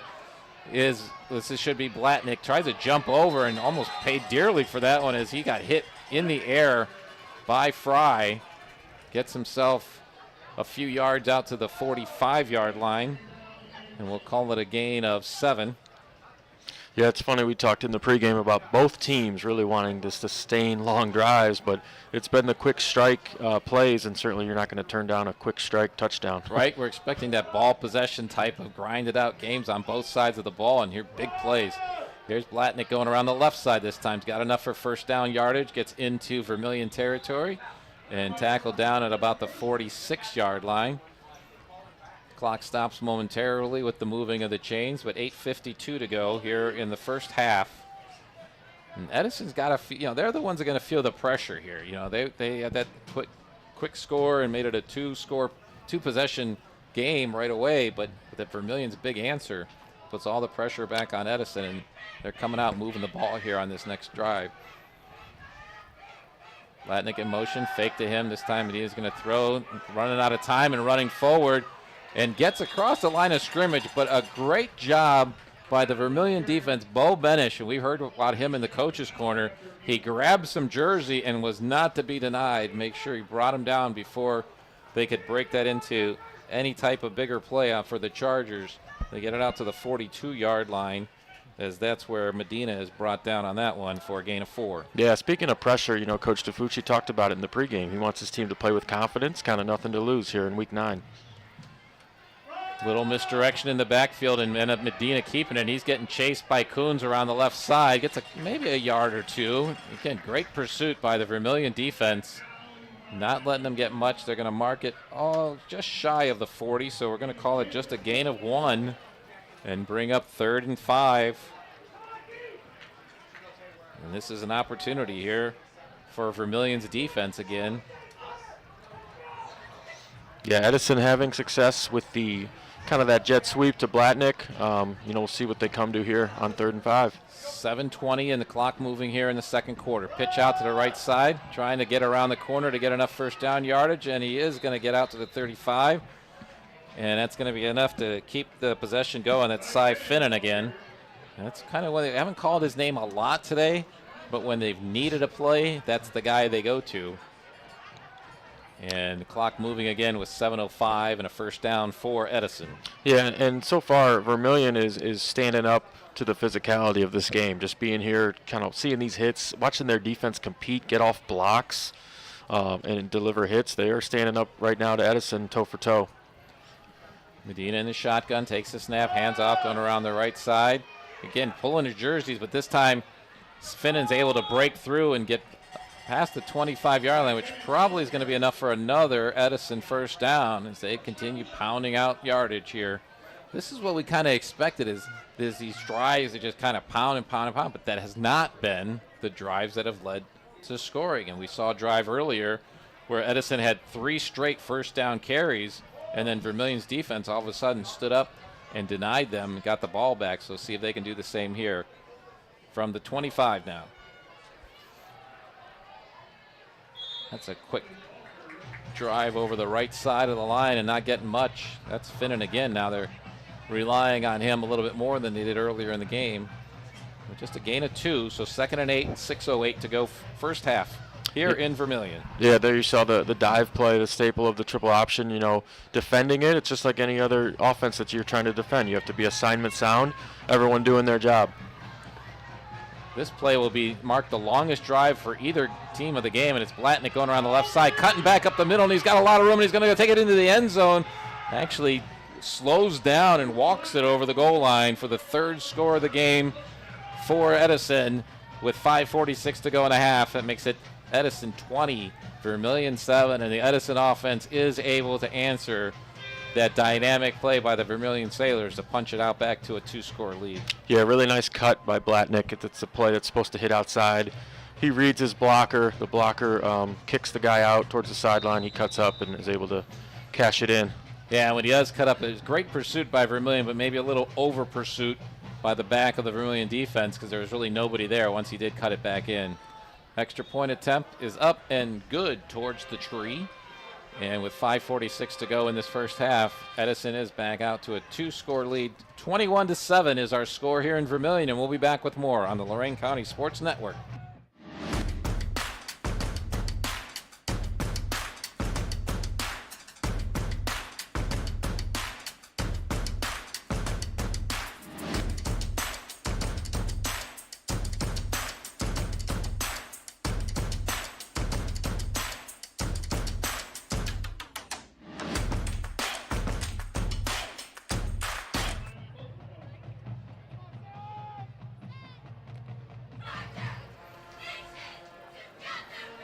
We had a 92-yard run on the second play of the game for a score, and then things got kind of quiet offensively here in Vermilion, but now we've had back-to-back-to-back series that have all resulted in touchdowns. And this last one, the most extensive drive of the game, is just an 8-play drive, and it goes 63 yards for Edison. The final 23 by Blatnick running around the left side and cutting back to give Edison a 21-7 lead.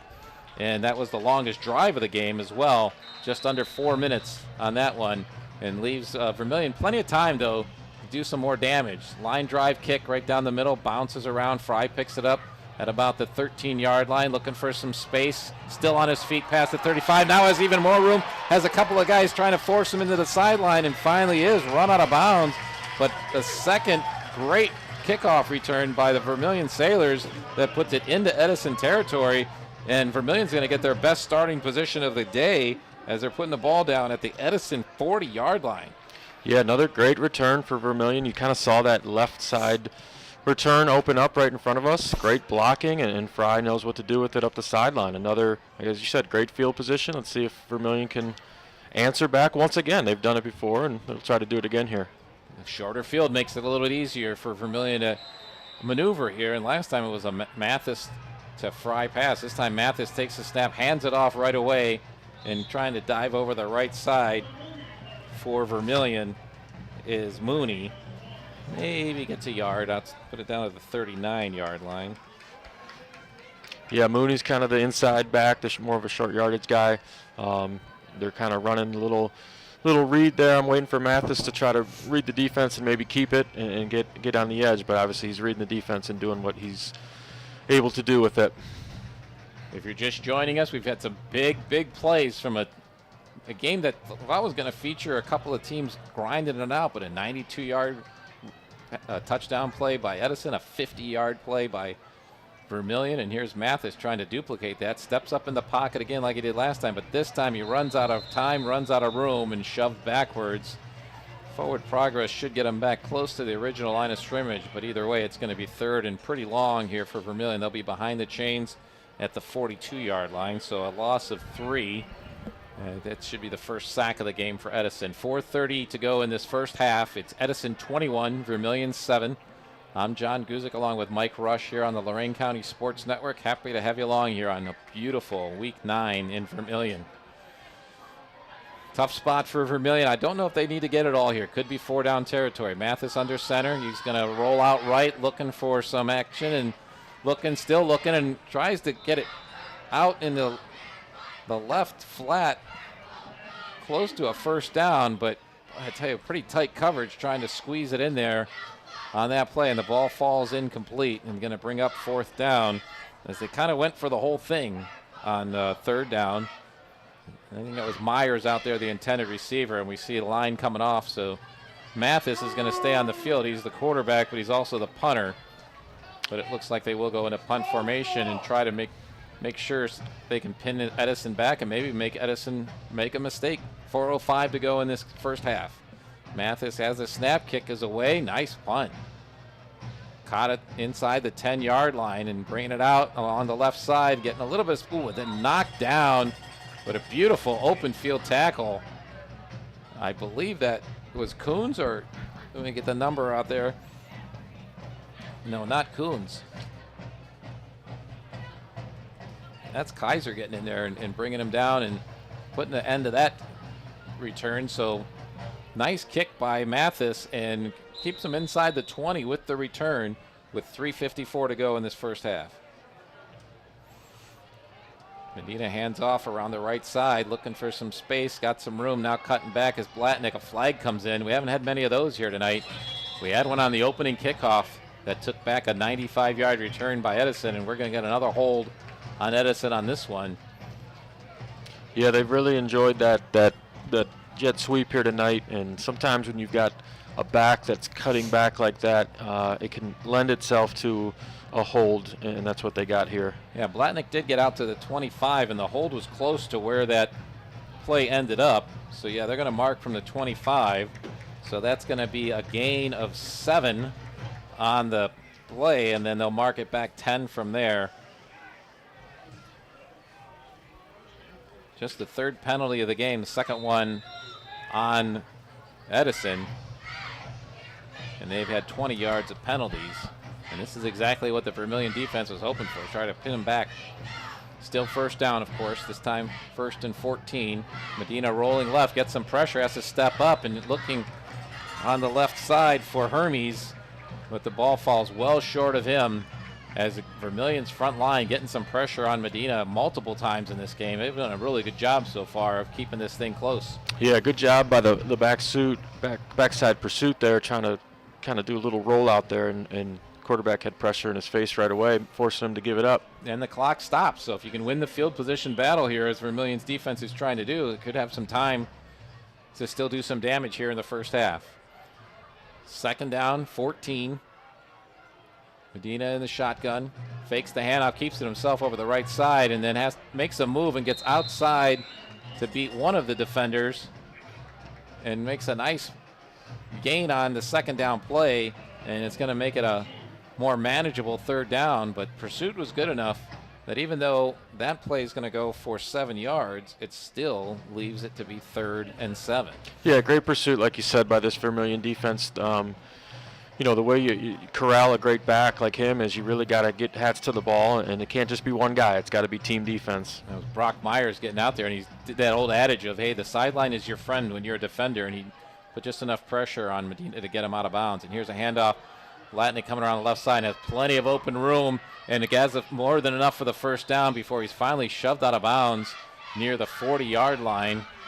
And that's going to be about an 18-yard, 17-yard gain for Edison, depending where they put the ball down, and it goes out of bounds, so the clock stops with 3:16 to go here in the half. Edison 21, Vermilion 7. Put the ball back at the 38-yard line, so it'll be a gain of 16. They just want me to keep changing my math on that one. That's all right. Edison right to the line and ready to go. Fakes the handoff. Medina keeping it himself over the left side and then gets stuck as he crosses the line of scrimmage. I know Bo Benish is one of the numbers that's in there, making a stick and bringing him down. Be about a gain of 4 on that one for Edison on 1st down. Clock still moving now with 2:50 to go in the half. Yeah, and Edison kind of sticking with what works here, the jet sweep, and then there they run the quarterback counter off of the motion. So kind of sticking to what works. Vermilion, good job adjusting there and staying home and making the play. You know, it's wild. You see how they protect the quarterbacks at higher levels, and here at the high school level, it's just now that's an interesting penalty because I don't even know that the line was set, and Medina wasn't even up to the center, but a big jump by the right side. So maybe Medina said something. Maybe somebody on even the Vermilion defense was calling a signal, and it confused the right side of the Edison line, and takes the ball back 5 yards. More importantly, also had stopped the clock there. Moving again here with 2:26 to go in the half, but that's what Vermilion wants to do is keep Edison off the scoreboard here before the half's over. And if they run out of time to get the ball back, Vermilion starts the second half with the ball. Here's a pitcher on the left side for Edison. The lead blocker out front gets some room and tiptoeing along the sideline and almost was able to break that for a bigger play. Looks like he stepped out at about the Edison 46 is all they're going to get. So a gain of 4 on that one. It should be short. Yeah, going to be about almost 3 yards short of a first down. Clock stops as he goes out of bounds with 2:10 to go in this half. And third down play. See if someone on the Vermilion defense can step up again on this one. This is where Edison's offense wants to be, where it's certainly capable of a running team to get these first downs here. Big pressure by the Vermilion defense, and the ball's on the ground as they scramble back forward. I think a purple jersey ended up getting it. I know they're fighting for it. Yep, signal is that Vermilion has done a great job every time Edison has made a mistake. Vermilion has been able to pounce on it, and Vermilion has minimized their mistakes today for sure as the defense comes up with a huge stop in the first turnover of the game. And coming out of the pile, raising his hands, is Logan Okasinski. Yeah, great job by this Vermilion defense. Just what they needed, a turnover that they forced.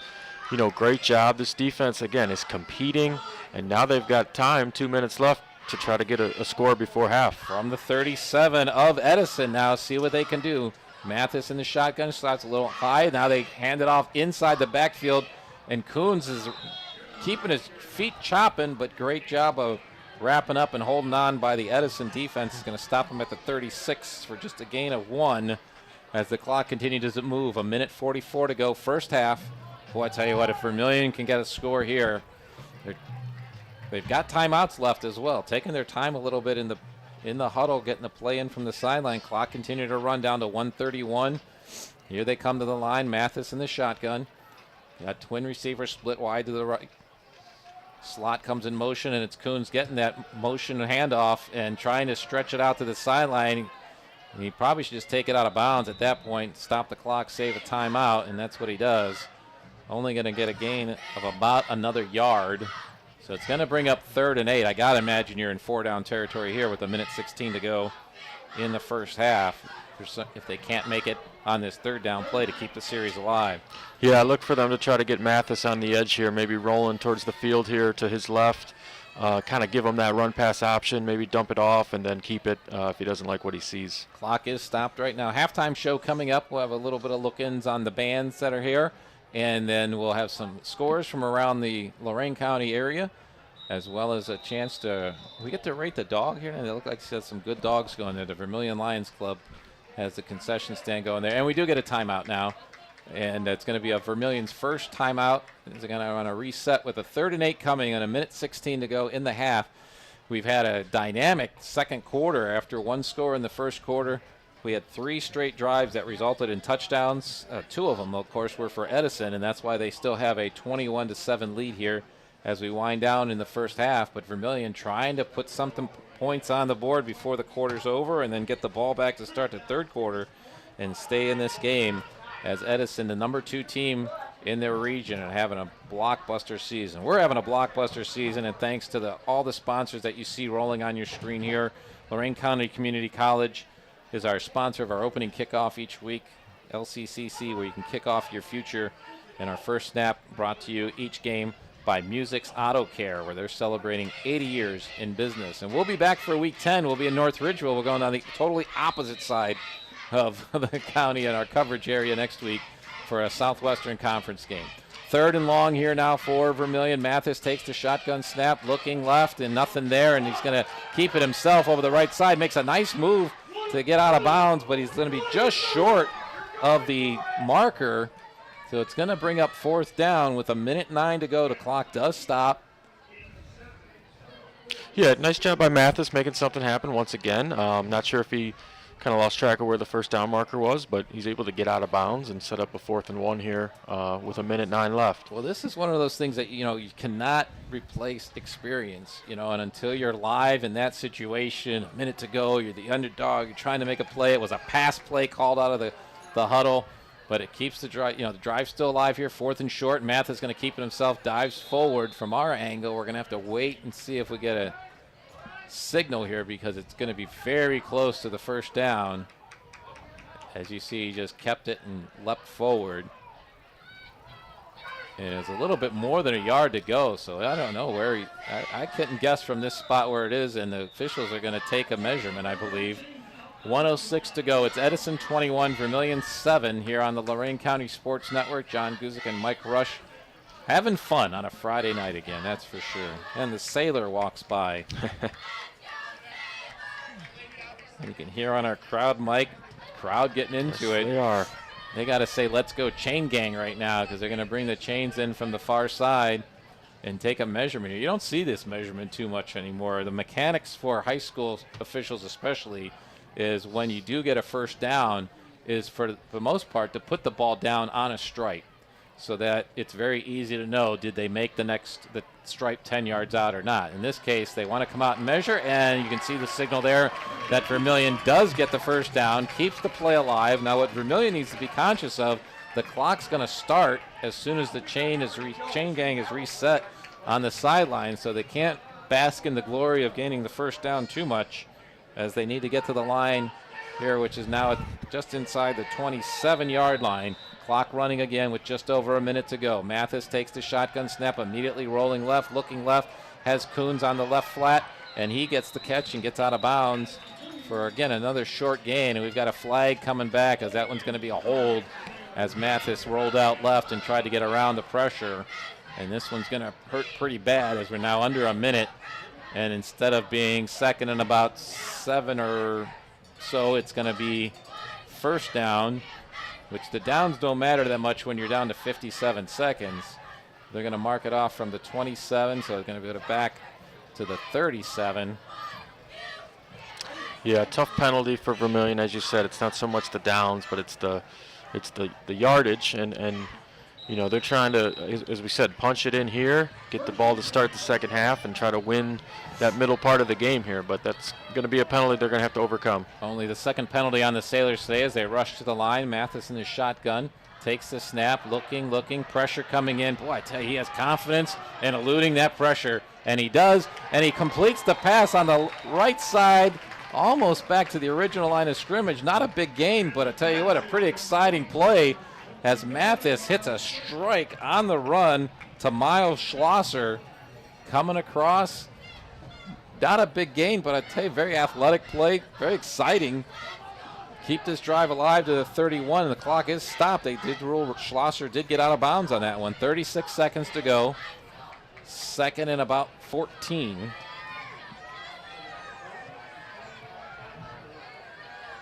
Shotgun again, takes the snap, looked for a quick pop pass left, and then tried to bring it back and shoot it in on the right side. And pass falls incomplete, as the intended receiver on that one was Colin Agnew. And it brings up 3rd and very long with 32 seconds left. Yeah, it looked like a miscommunication there between Mathis and his receiver. He wanted to hit him right now.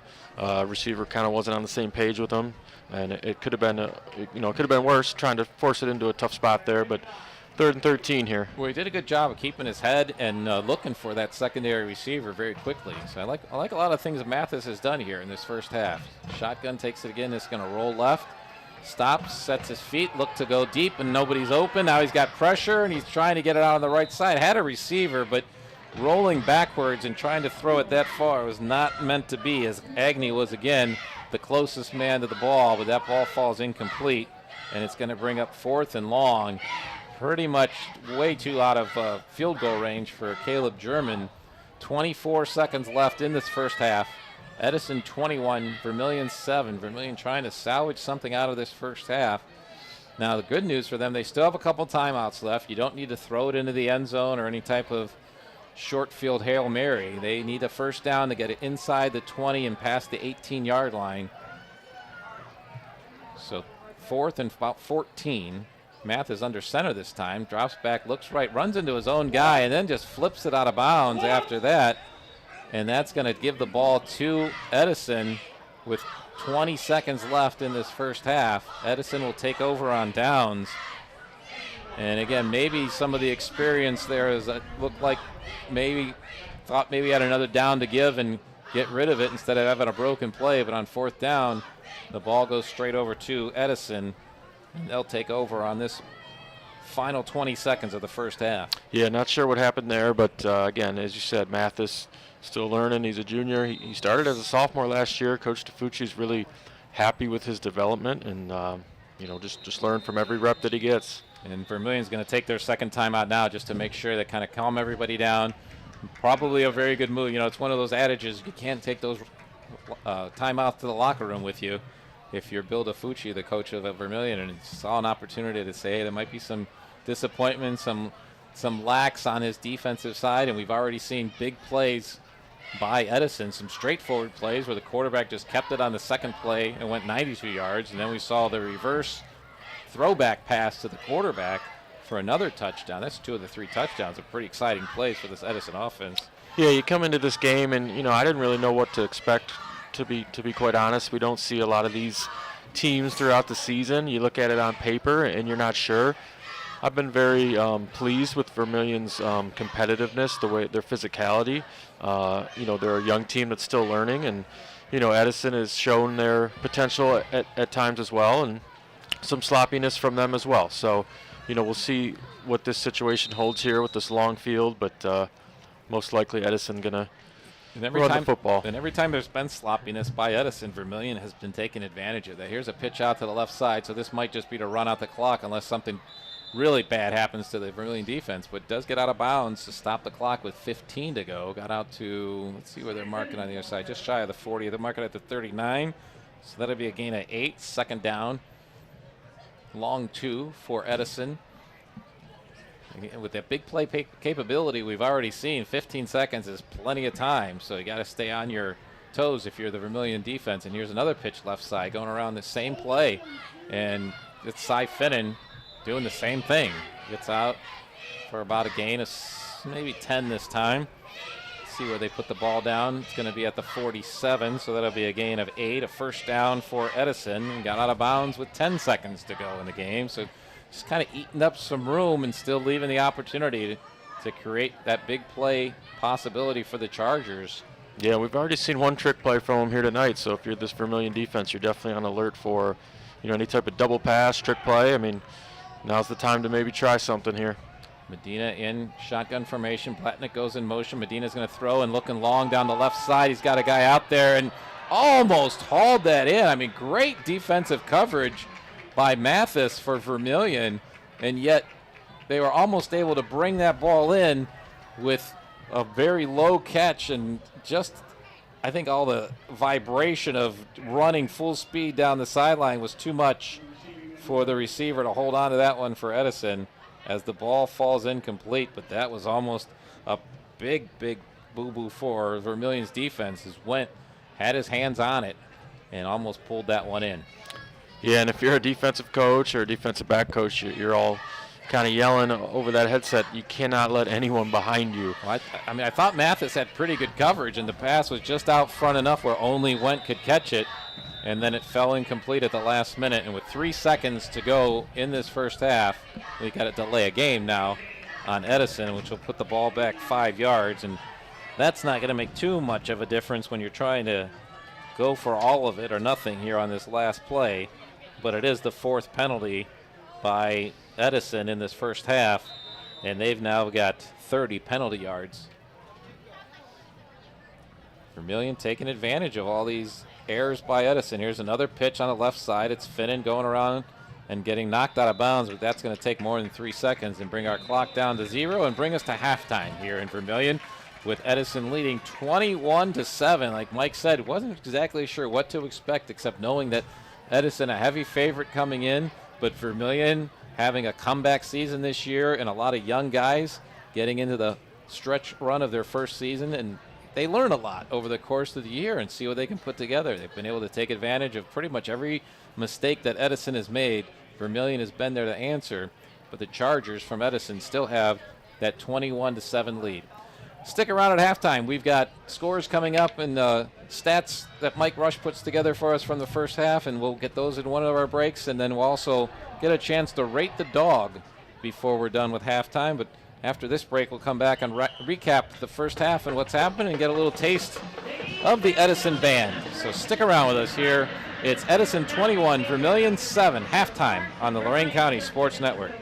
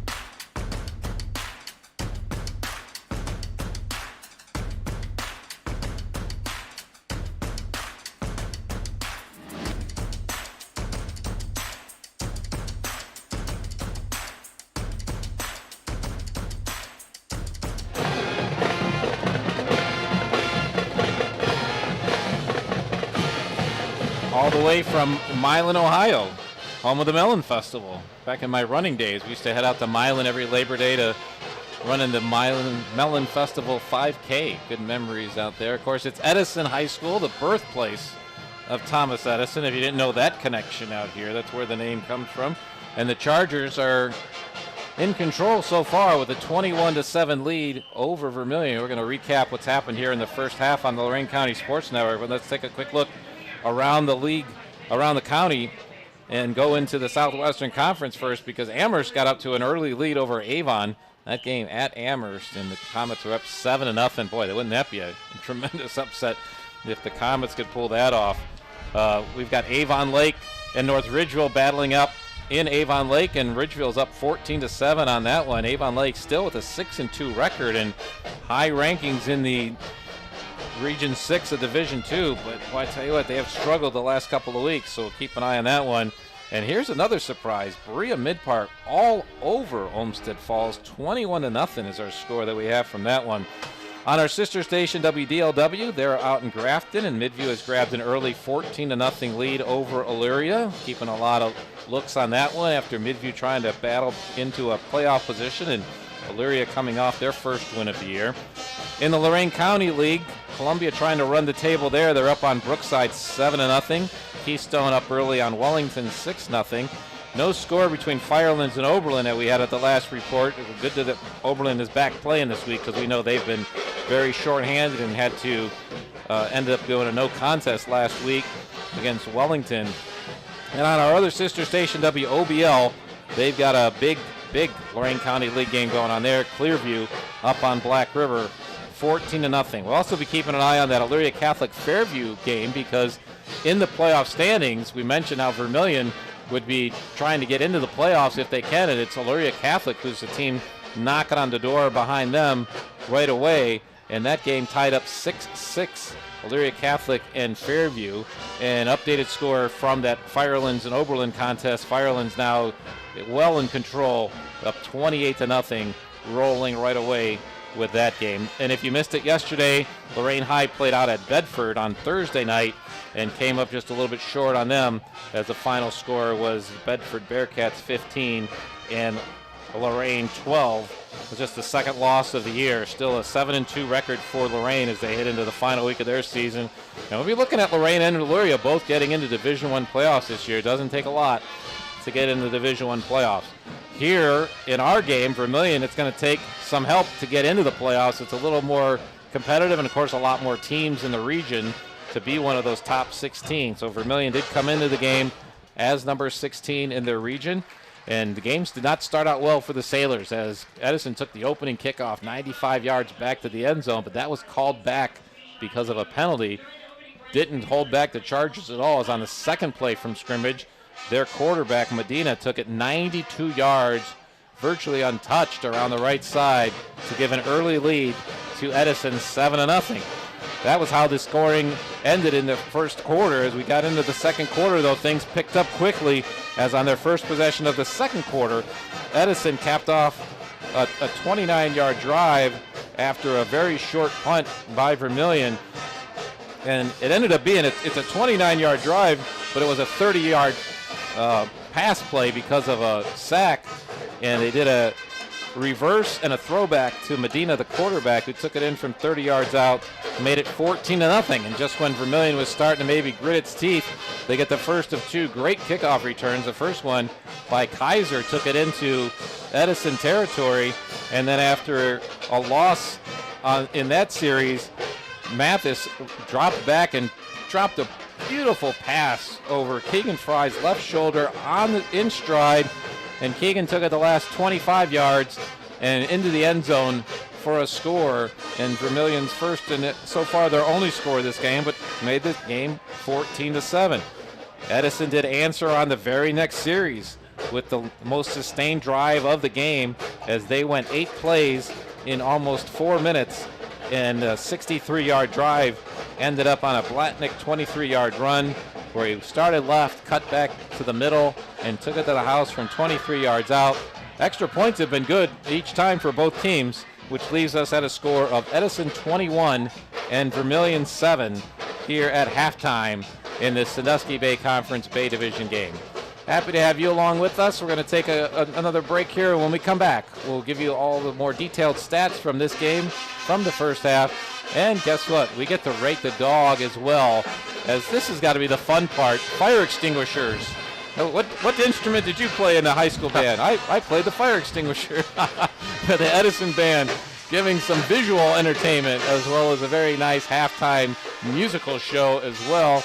And when we come back, we expect to get you a few minutes, a taste of what the Vermilion High School Band has in store for their halftime as well, as we continue on halftime here. Again, Edison 21, Vermilion 7 on the Lorain County Sports Network.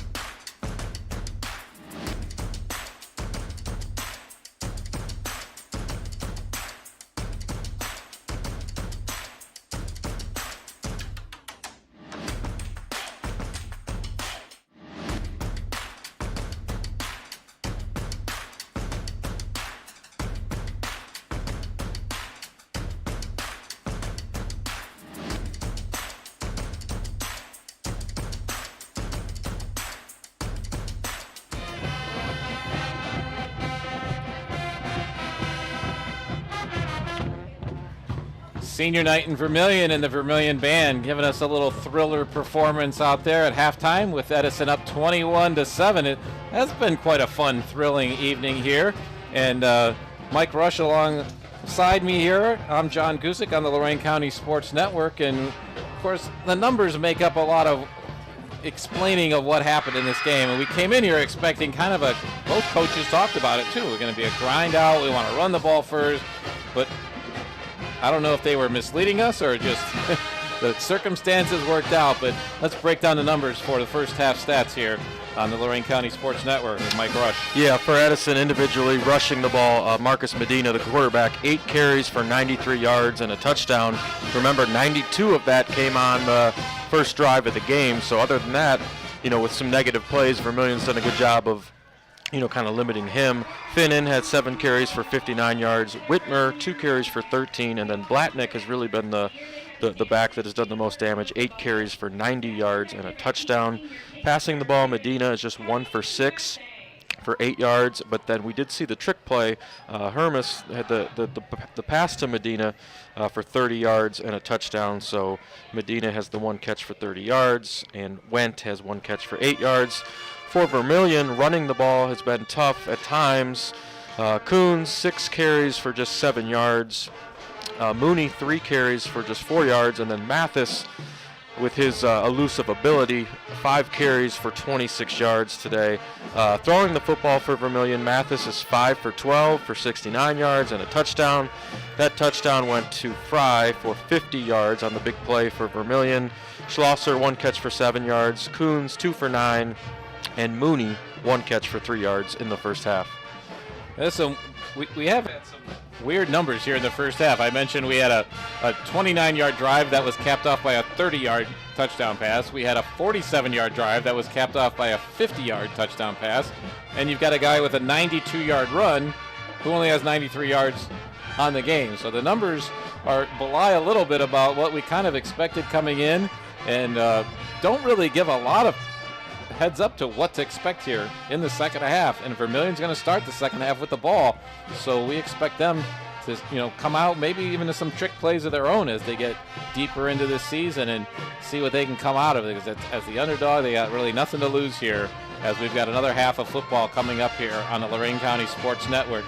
We mentioned in our pregame show Max Soviak, who's a Edison grad, former football player, wrestler out there as well, who passed away in Afghanistan a couple years ago, and how his legacy lives on. It got a Vermilion alum that we wanted to recognize tonight too. Corporal Tim Russell is an alum from just a couple of years back, the class of 1968 here in Vermilion, and he is in the Vermilion District Hall of Fame. He's in the Ohio Military Hall of Fame for his work and service that he did in Vietnam.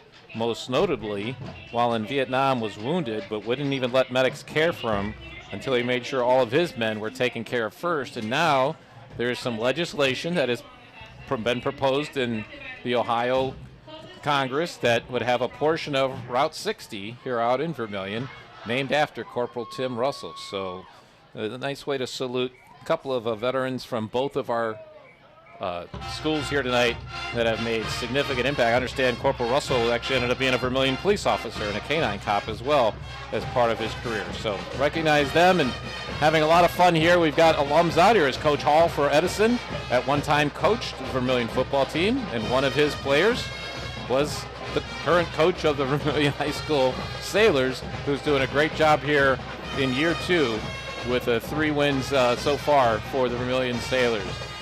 So we've got a lot of fun. It's been a great season. It's been a very great, exciting night here so far in Vermilion. So we invite you to stay with us, and we'll get into the second half. And when we come back, the first thing we're going to do is rate the dog. So stick around on the Lorain County Sports Network as the Vermilion High School Band continues to entertain us here.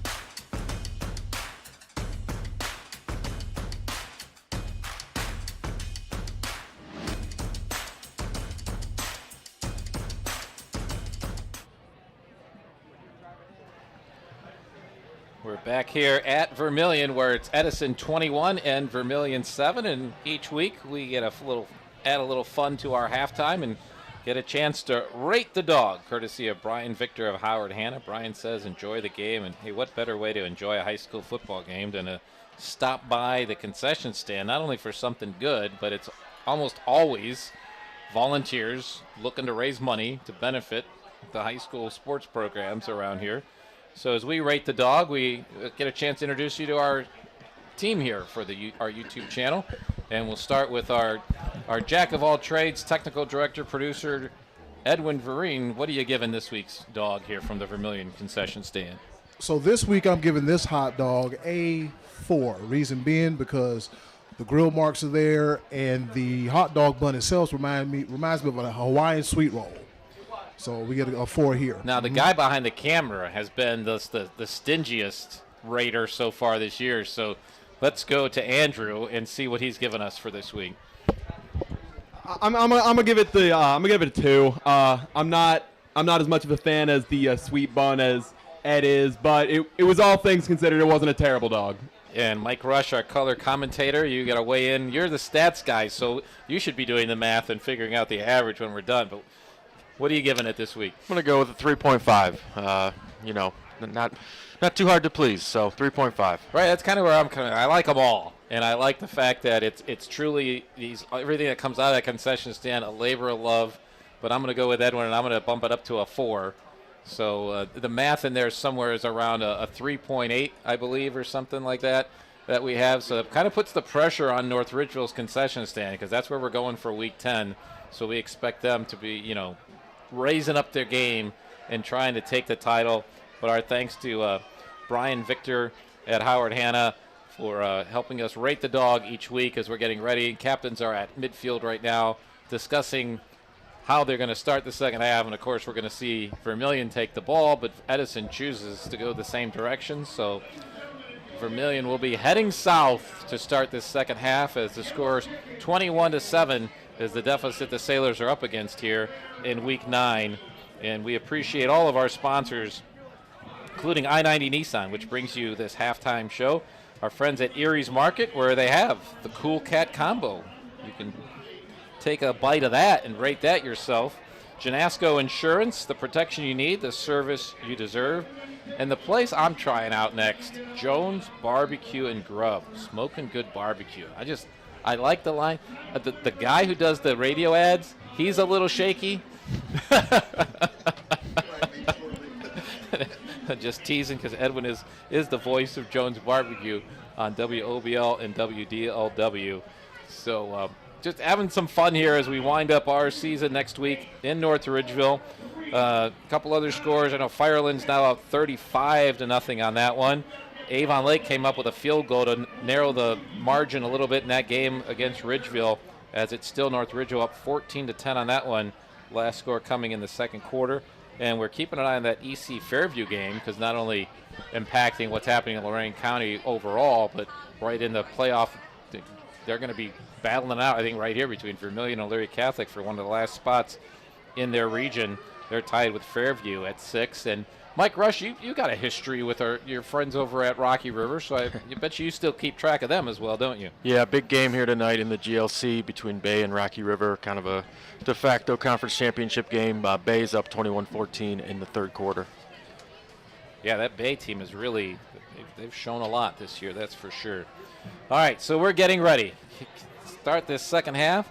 It's going to be Alex Davidson for Edison, putting a toe to it here in front of us in our broadcast booth at the 40, and kicking it back to Vermilion. But this is a squib kick, and it's going to be taken by, not missed by one of the short guys, but one of the deep guys comes up and picks it up right past the 25, and doesn't get much more than that. But when you got the ball bouncing around, that oblong-sized football that doesn't exactly have any true bounce to it like a baseball or basketball, getting your hands on it and starting at the 30 is not a bad way to start your first drive of the second half. Yeah, and probably a good idea by Edison to squib it. We've seen the big returns from Vermilion in that first half, so kind of just making the adjustment, not kicking it to those good athletes in the back. So what we haven't seen so far is any type of sustained drive from the Vermilion offense. See if they can get some consistency as we get into the second half of this game. Starting at their own 30 as they get the whistle to play. Mathis in the shotgun. Option on the first play, and Mathis decides to keep it. Gets a couple of yards across the 30 to the 32-yard line. Couple to get things started. Going to bring up a 2nd and 8. I like the fact that they're going to keep that Edison defense guessing, and Mathis is such an athletic player. We've seen him make plays repeatedly in the first half. And there's got to be, I think, a way you want to keep the ball maybe a little bit more often in his hands. But he always, I kind of alluded to this in the second quarter. These high school quarterbacks are getting beat up. They're playing both sides of the ball and a lot of times, and yet not getting the protection you see at the higher levels. These guys are really muscling it out here. Math is under center this time, and another option this time to the left side, and another time he keeps it. Gets positive yardage out to about the 40-yard line on this one, so a gain of 8. And what you want to be in if you're going to be in third down, you want to be 3rd and short. And it's actually going to give them the first down as they got him across the 40. So a gain of 8 and a first down for Vermilion. Yeah, and one of the great things you're talking about, Mathis playing both ways, so does Medina.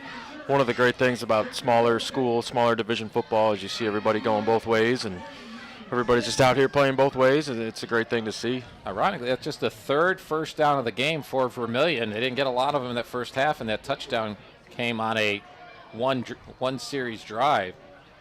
It's a handoff over the right side, and again, good positive yardage. Vermilion front line winning that battle up front, doing a great job of moving things forward. Mason Ploss in the middle, Tim Butcher and Chad Ellis, and then Troy Jackson and Evan Wagner on the outsides is their line that they started with here, and ball's down at the 44-yard line. So another gain of 4, 2nd and 6. As we're in the first couple minutes of the second half, Edison 21, Vermilion 7 here in Vermilion. Mathis again under center. This time he hands off.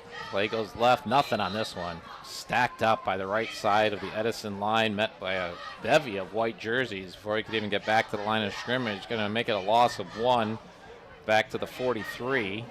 And that is going to bring up a 3rd and long. It'll be 3rd and 7. As the Sailors need to get the ball out to that midfield stripe to keep this series alive. 9:44 clock moving here, 3rd quarter. Yeah, third and long here. As we've talked about it, Mathis very dangerous in these situations, in these called pass plays where he can take off and run, and we'll see how Edison accounts for that. Vermilion out with the receivers split on either side, slot on the left, one back next to Mathis as he takes the shotgun snap and get a quick pass and just a little over the head of where his intended receiver was, and it's going to bring up a 4th and long and going to bring out the punt coverage team for Vermilion. A punter stays on the field because Mathis does both the quarterbacking and punt duties. It's a drive that started with some hope there on the first couple plays, and everything stalled out quickly with 9:21 to go here, 3rd quarter. Yeah, we've seen this Vermilion passing game just a step off here tonight. They have connected on the one big play, but high snap. Mathis brings it in and gets the kick away, and a very nice kick.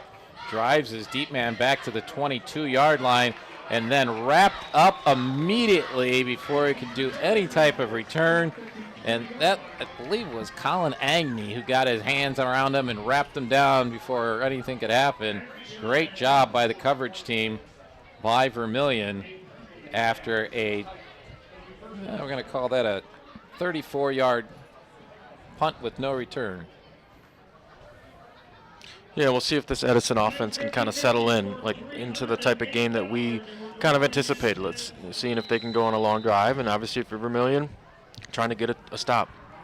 Here's a handoff on first down. This is Finnegan getting a big hole on the right side, and he's running up the middle trying to see if he can beat Vermilion's pursuit, and the Sailors finally drag him down after he gets into Vermilion territory and across the 40-yard line. Finnegan all the way down to the 39 of Vermilion. Wow, not what you wanted to get on a first down play if you're the Vermilion Sailors and trying to get back in this game, as that one goes for here's me doing the math. Sorry. 41? 40. I got him for 40 from the 21 to the 39. So first down. I had to laugh at myself though that it took me a second to make sure I had that right. is a keeper as Medina reads it and takes it himself and then cuts out to the right side all the way to the sideline now from the left hash mark where that started. And he gets down inside the 15-yard line. Back-to-back huge running plays by the Edison offense to start their first drive of the third quarter and really putting the Sailors defense on its heels. Yeah, Edison kind of starting off with kind of imposing their will a little bit on this Vermilion defense. No time to kind of hang your head. You got to try to get a stop here in the red zone. Putting that down at the 15, so that's 24-yard run on the second play. And here's the third play, and it's Finnan cutting back over the right tackle. Pyle moves forward almost to the 10. We'll call it the 11. So a gain of 4 on that one. 8:20 to go here, third quarter. Edison trying to put some serious distance between them and the Sailors if they can convert on this drive.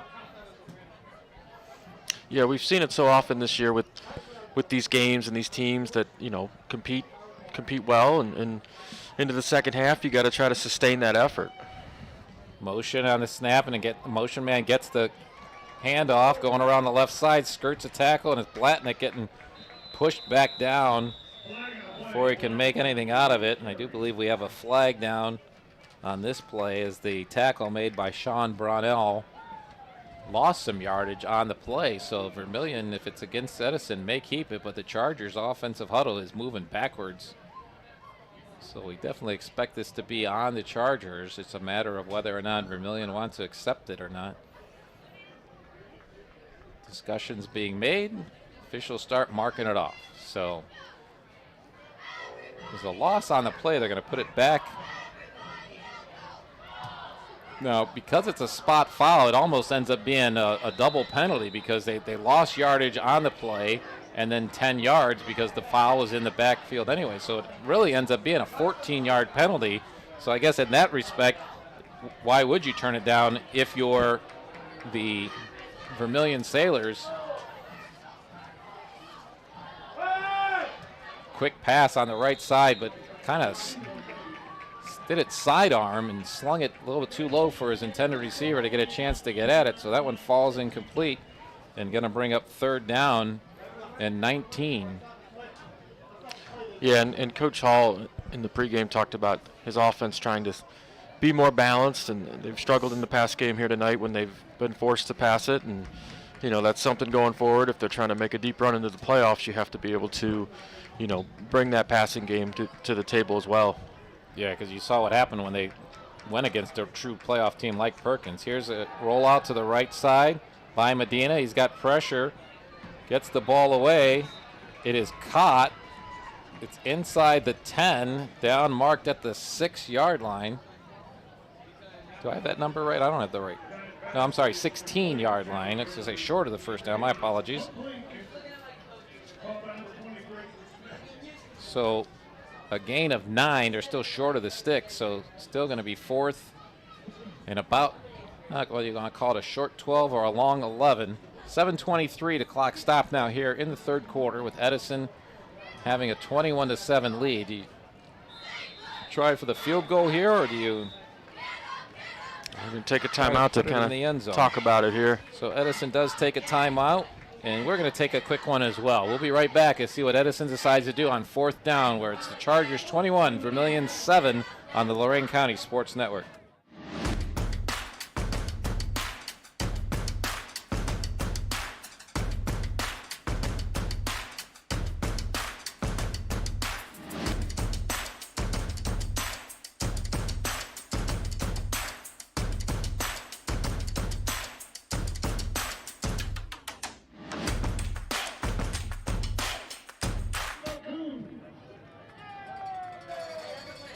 Stats we have, Edison has only tried 2 field goals this year, made one of them. So kicking game maybe not the strongest suit of what they've got going. So decision-making time for the Chargers, because it's fourth and pretty long. You know, behind the sticks with 7:23 to go here in the third quarter on the Lorain County Sports Network. I'm John Kuzik along with Mike Rush. Happy to have you along here as Vermilion's defense trying to hold up on this extended first drive of the third quarter for Edison. And it's Medina in shotgun formation, fakes to the motion man, rolls out right, gets pursued again, and now finds a way to get past the pressure from the Vermilion defense and flings it into the end zone, but out of bounds, and a flag comes in as we maybe ended up with a penalty on Vermilion that could keep this alive. Had great pressure from the Vermilion defense, and Medina did everything he could to keep that play alive. Threw it into the end zone looking for Abe Hermes, who actually threw a pass to Medina for a touchdown early in the game. And Hermes immediately looked at the official. The flag's down at the 1 yard line. And now your officials are discussing, because with a high school pass interference play or holding is probably not enough for a first down. But obviously if Edison was going for it on 4th and 11, they'll go for it on 4th and 1. And that's what they're going to do. They're going to mark the ball down inside the 10, actually putting it down at the, looks like the 8 yard line. So still going to be 4th down.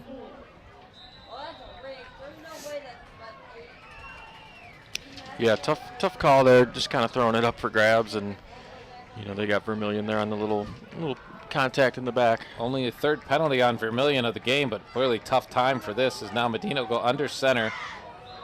4th and 4, and Edison's going to take a timeout to discuss what they're doing again. So Edison already taken 2 timeouts here on their first drive of the second half, but they do have a 21-7 lead over Vermilion here. In the 3rd quarter, we've got 7:13 left to go. It's a pretty key play of the game, because if Vermilion get the ball back and get their offense going, they get right back in this thing.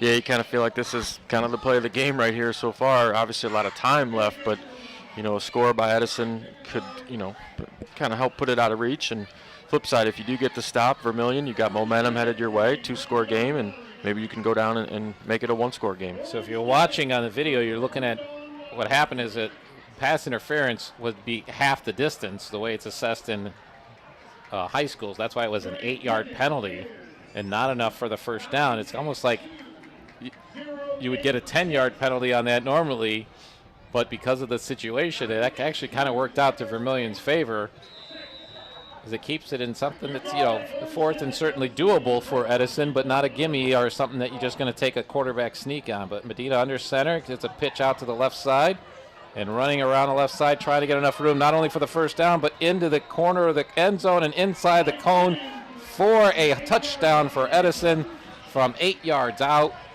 and makes the score 27-7 in favor of Edison. And that was Finnan going in on the corner, right? Yeah, that's kind of been their play when they really need a play tonight, is that toss sweep to the left side. We've seen it now a number of times. Yeah, they got the seal blocks on the left side of their offensive front, and the running backs got enough speed to get around the corner and put it in for the score.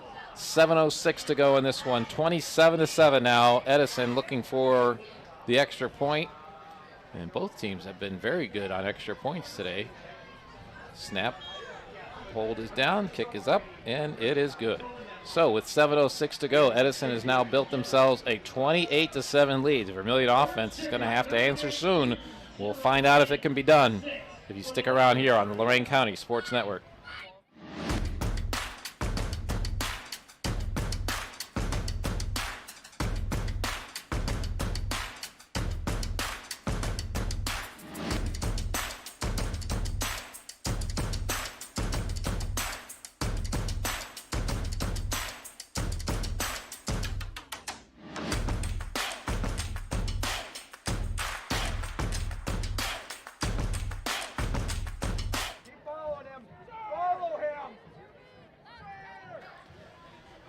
Back here in Vermilion, where Edison just capped a 2-minute and 6-second drive with an 8-yard touchdown run by Cy Finnan, makes the score 28-7 with 7:06 to go in this game.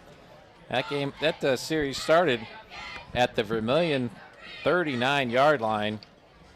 I'm sorry, started at the Edison 21-yard line, but is immediately at the Vermilion 39 with a huge run right off the bat as Edison put the Vermilion defense on its heels, and just when it seemed like they might bend but not break, Edison was able to take it in from 8 yards out and build now a 3-score lead.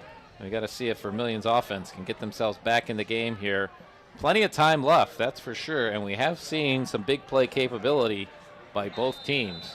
And we've seen some nice kickoff returns by the Vermilion kick team as well. Here's another squib kick coming in the middle of the field. Bobbled around a little bit. Now just going to be covered up at the 25-yard line. That's one of the decisions you got to make sure nothing bad happens there. So not a bad move when that ball starts bouncing around like that. And that's one of the kickoffs that works in Edison's favor. Yeah, we'll see what this Vermilion, offense can come up with now.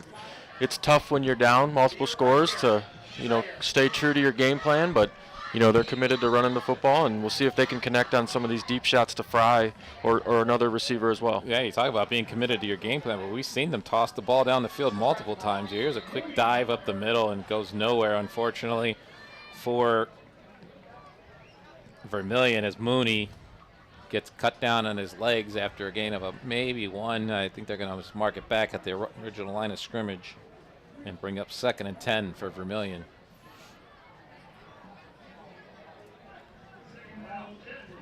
We'll keep updating you on scores, and don't forget our sister stations, WOBL, WDLW, have the most comprehensive scoreboard show when it's all said and done with Dave Rivera and Maria Janasco back in the studio. Here's a shotgun snap to Mathis. He's looking right, dumps it off on the right flat, and getting ahead for a minimal gain. It should be Coons. Coons has been a favored receiver here for sure. He got a couple of passes on the very first series, and getting his number called again here. Put the ball down at the 30-yard line, so we're going to bring up 3rd and 5.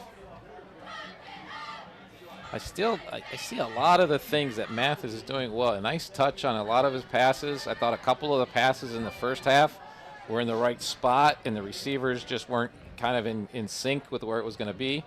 So 3rd down, big 3rd down play for the Sailors offense. Play action, pressure right away from the Edison line, and as he's being dragged down by his legs, Mathis does what he can to get rid of the ball. Now that time was a heads-up play of getting rid of the ball and not taking the sack. And we always have to remind people the same rules in high school don't apply when it's about avoiding intentional grounding. Yeah, I think they are going to say his knee was down. Oh, okay, yeah. Knee down at the 20. So they're going to put the ball down at the 20. Yeah, no flag came out. So it is a loss of 10. It's a big sack for the Edison Chargers defense. And it's going to put Mathis back inside his own 10 for this punt. Snap is good. Kicks away. Coming our way. Coming right in our front door and then bounces out of bounds. So no return on that one. Referee running to mark it. And he's going to stop at the 44-yard line.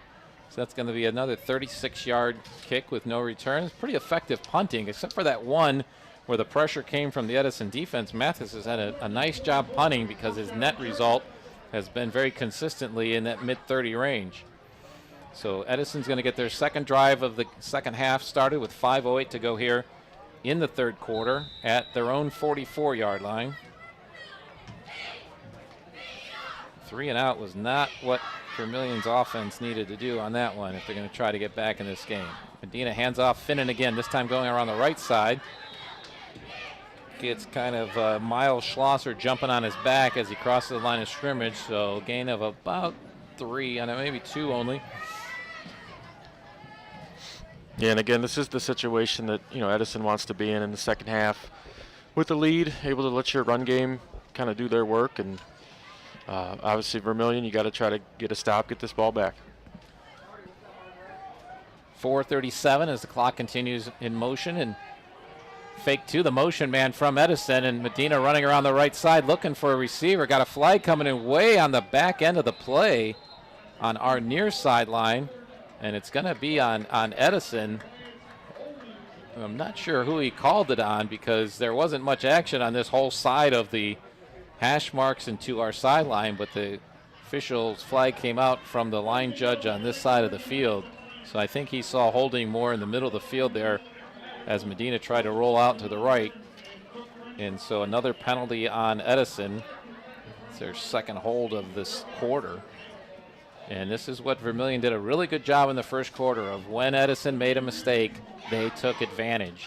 And now they've got 2nd down and 19 here in the 3rd quarter, and see if it can result in something good for the Sailors. From the 36-yard line of Edison, Medina is keeping this one all himself right away. And he's got a line over to the right side, and he's taken off for the 30 to the 20, inside the 15. Can they get him out of bounds before he gets to the pylon? No signal yet. And he got to the pylon, but did he step out of bounds, or did the ball hit the ground before he got there? Have you seen an indication from... No, not yet. And I'm sure I'll see an indication from a bunch of white jerseys if one of the officials signals that. So at this point, I haven't seen them mark either way, though, either marking it out of bounds or signaling touchdown. And now we get the signal for a touchdown. So they talked about it with the umpire and the back judge, and they come up with a 6-pointer for Edison on a 64-yard run. A keeper again by Medina. His second huge score of the game. First one came on the second play of the game that went 92 yards. Now a 64-yarder. Oh, my goodness, that's a backbreaker. Makes the score 34-7 in favor of Edison. Yeah, Medina's got that big playability. He leads the division in rushing from his quarterback position, and he doesn't seem that fast, but no one ever seems to catch him from behind. Right, just fast enough when he gets out in the field. Unless you have the perfect pursuit angle on him, you're not getting them. And this time, there's first extra point of this game that goes awry, and it leaves the score Edison 34, Vermilion 7 with 4:14 to go. We'll be back with more of this one here on the Lorain County Sports Network.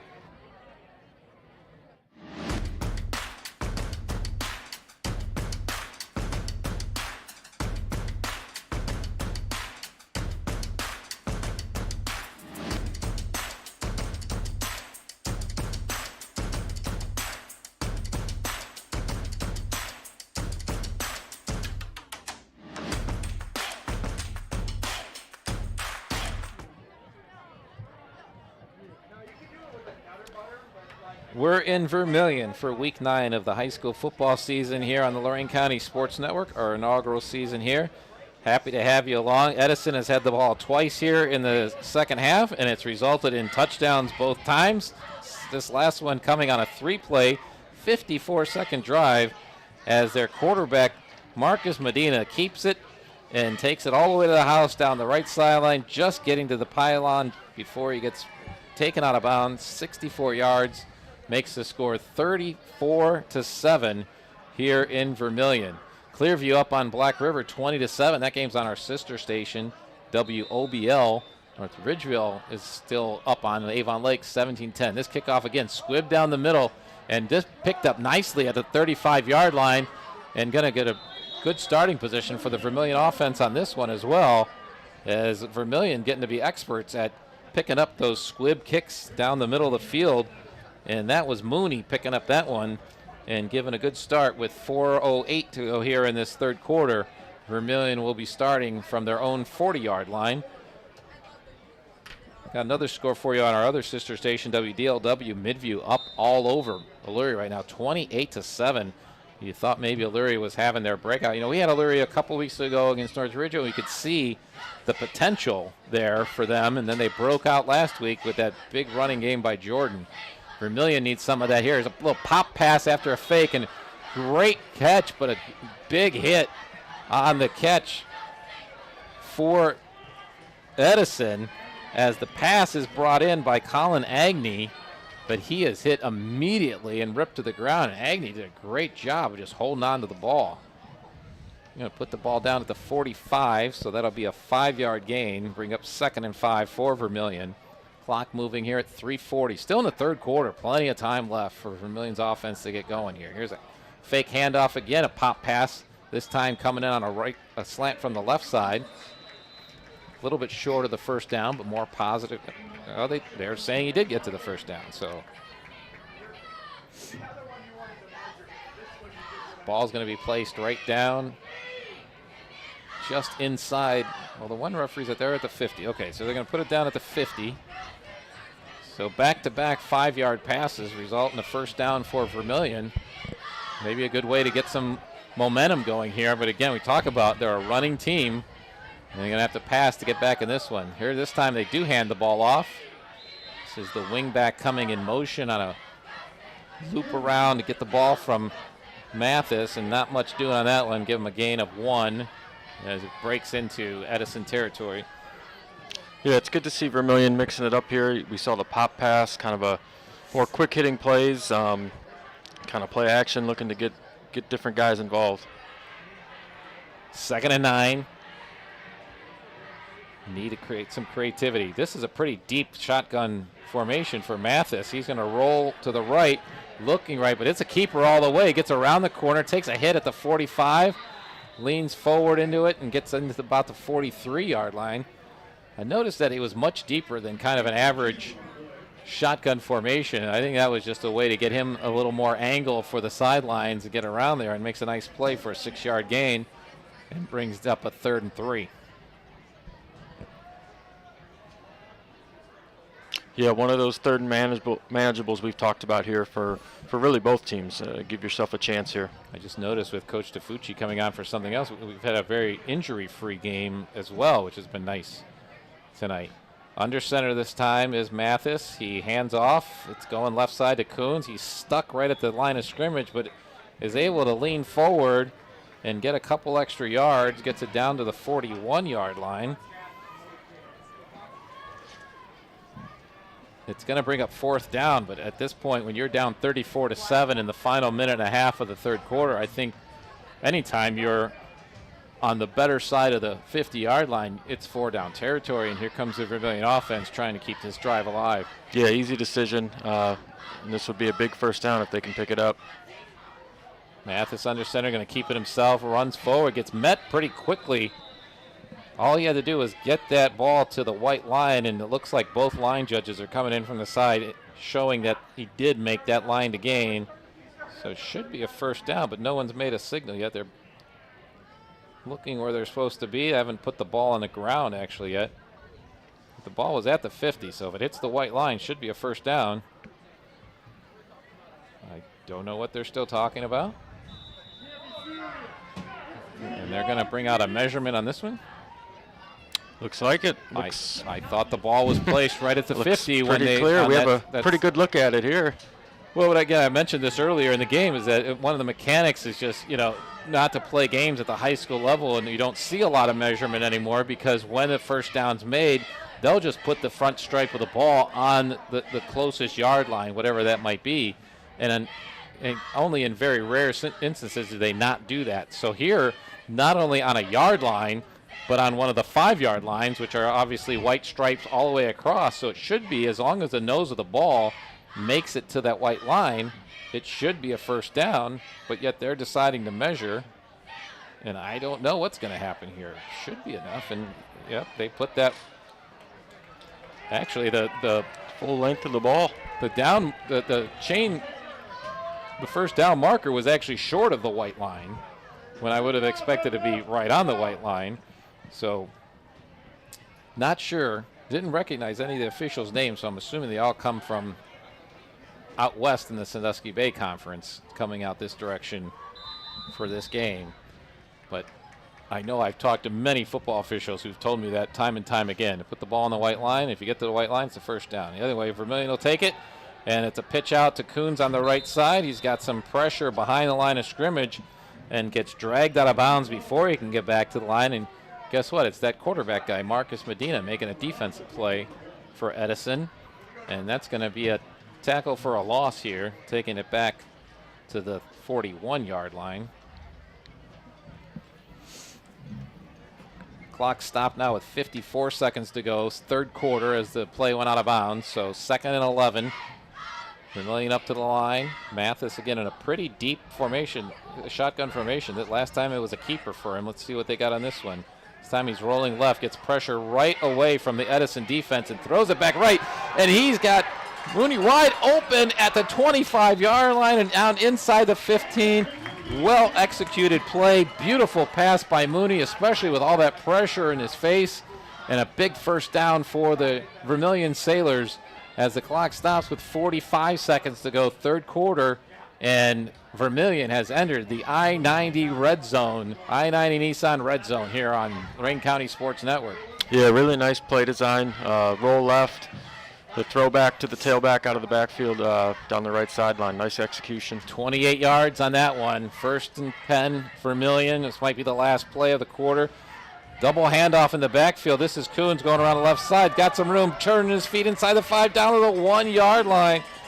Not quite all the way to the goal line, but a great drive for Vermilion. The clock stops again with the first down. 17 seconds to go, third quarter, and Vermilion knocking on the door with their easily their best sustained drive of the game as the ball's marked down at the 2. So that'll be an 11-yard run for Coons on that play. Another first down for Vermilion, and it'll be 1st and goal when the fourth quarter starts, and that's going to happen right after we take this break. It's Edison 34, Vermilion 7, with the Sailors knocking on the door here on the Lorain County Sports Network.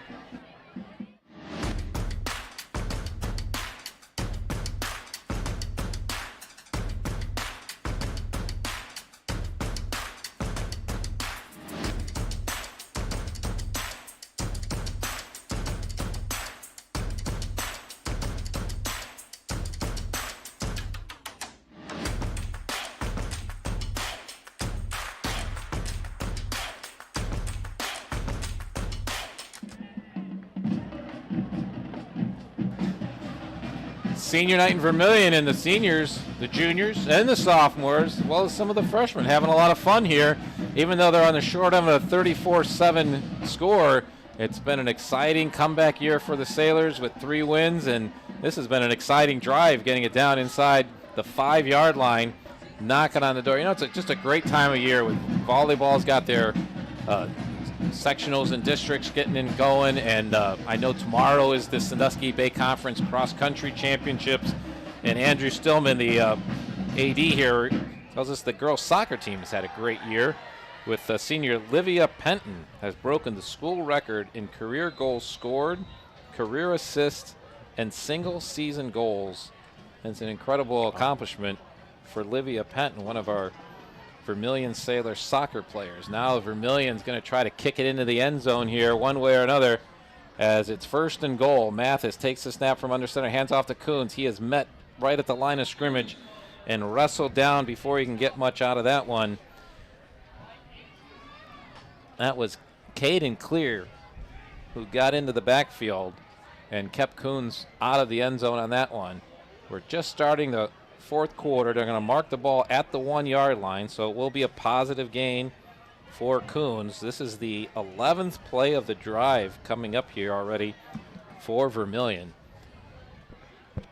Again, this is one of those drives, not just a good drive for this game, but something to build on for next week and next year with this group. And here's a handoff with kind of cutting up the middle. Did he get over the end zone? And he did. Touchdown Vermilion from a yard out.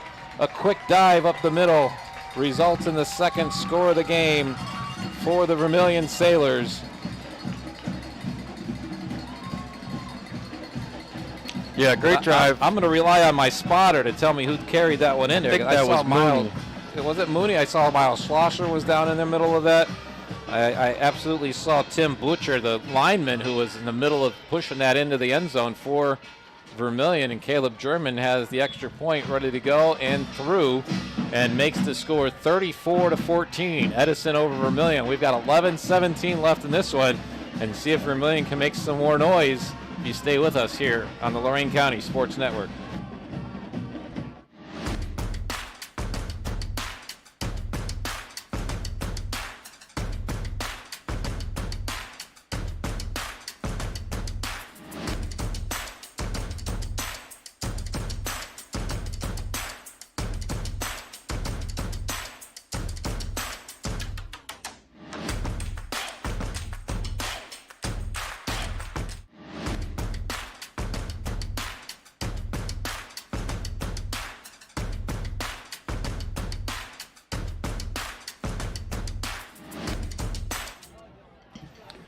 Right now we're in Vermilion, where the Sailors just put up their second score of the game, and we've got more action coming for you next week as the Lorain County Sports Network will be live from North Ridgeville next week.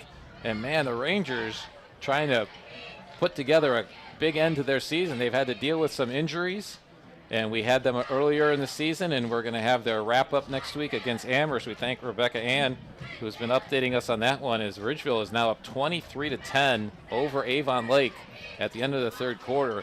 Big playoff implications there because Ridgeville is going to pick up a lot of secondary points with a win, as well as obviously the primary points they get there. And so a lot on this at stake next week as we go to North Ridgeville.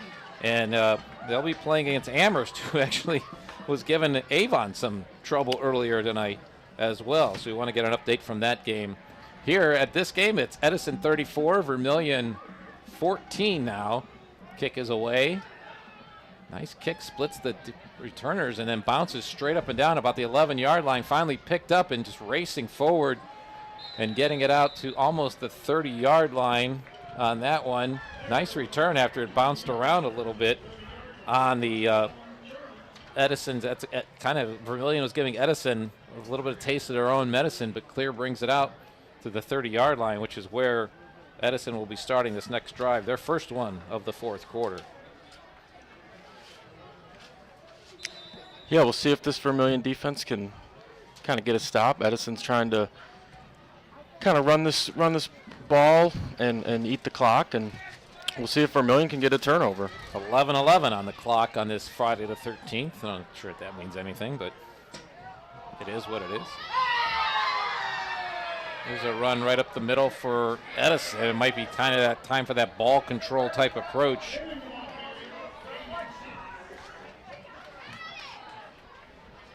Trying to work some clock with a 20-point lead. Clock did not start yet, though. Play clock is running. Clock still at 11-11. Maybe there was an omen of being 11-11 on Friday the 13th. Maybe it doesn't work anymore. Okay, now it's running. So maybe a few extra seconds for the Vermilion offense if they get the ball back. Here's a handoff to Blatnick going around the left side and dragged down by his shoulder on a great defensive play for another tackle for loss. That's Bo Benish, and he's just a junior as well. And Coach DeFucci had nothing but great things to say about his progress throughout the year, and he just made himself known there. Has dropped back to the 33-yard line and brings up, puts Edison in a 3rd and long. Going to be 3rd and 7.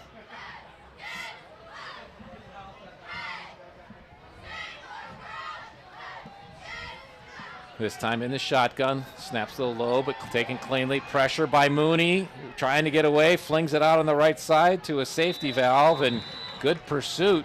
Not only pressure from Mooney on the quarterback, but good pursuit getting to the outside edge and not letting that play become anything more than that was Oliver Roy.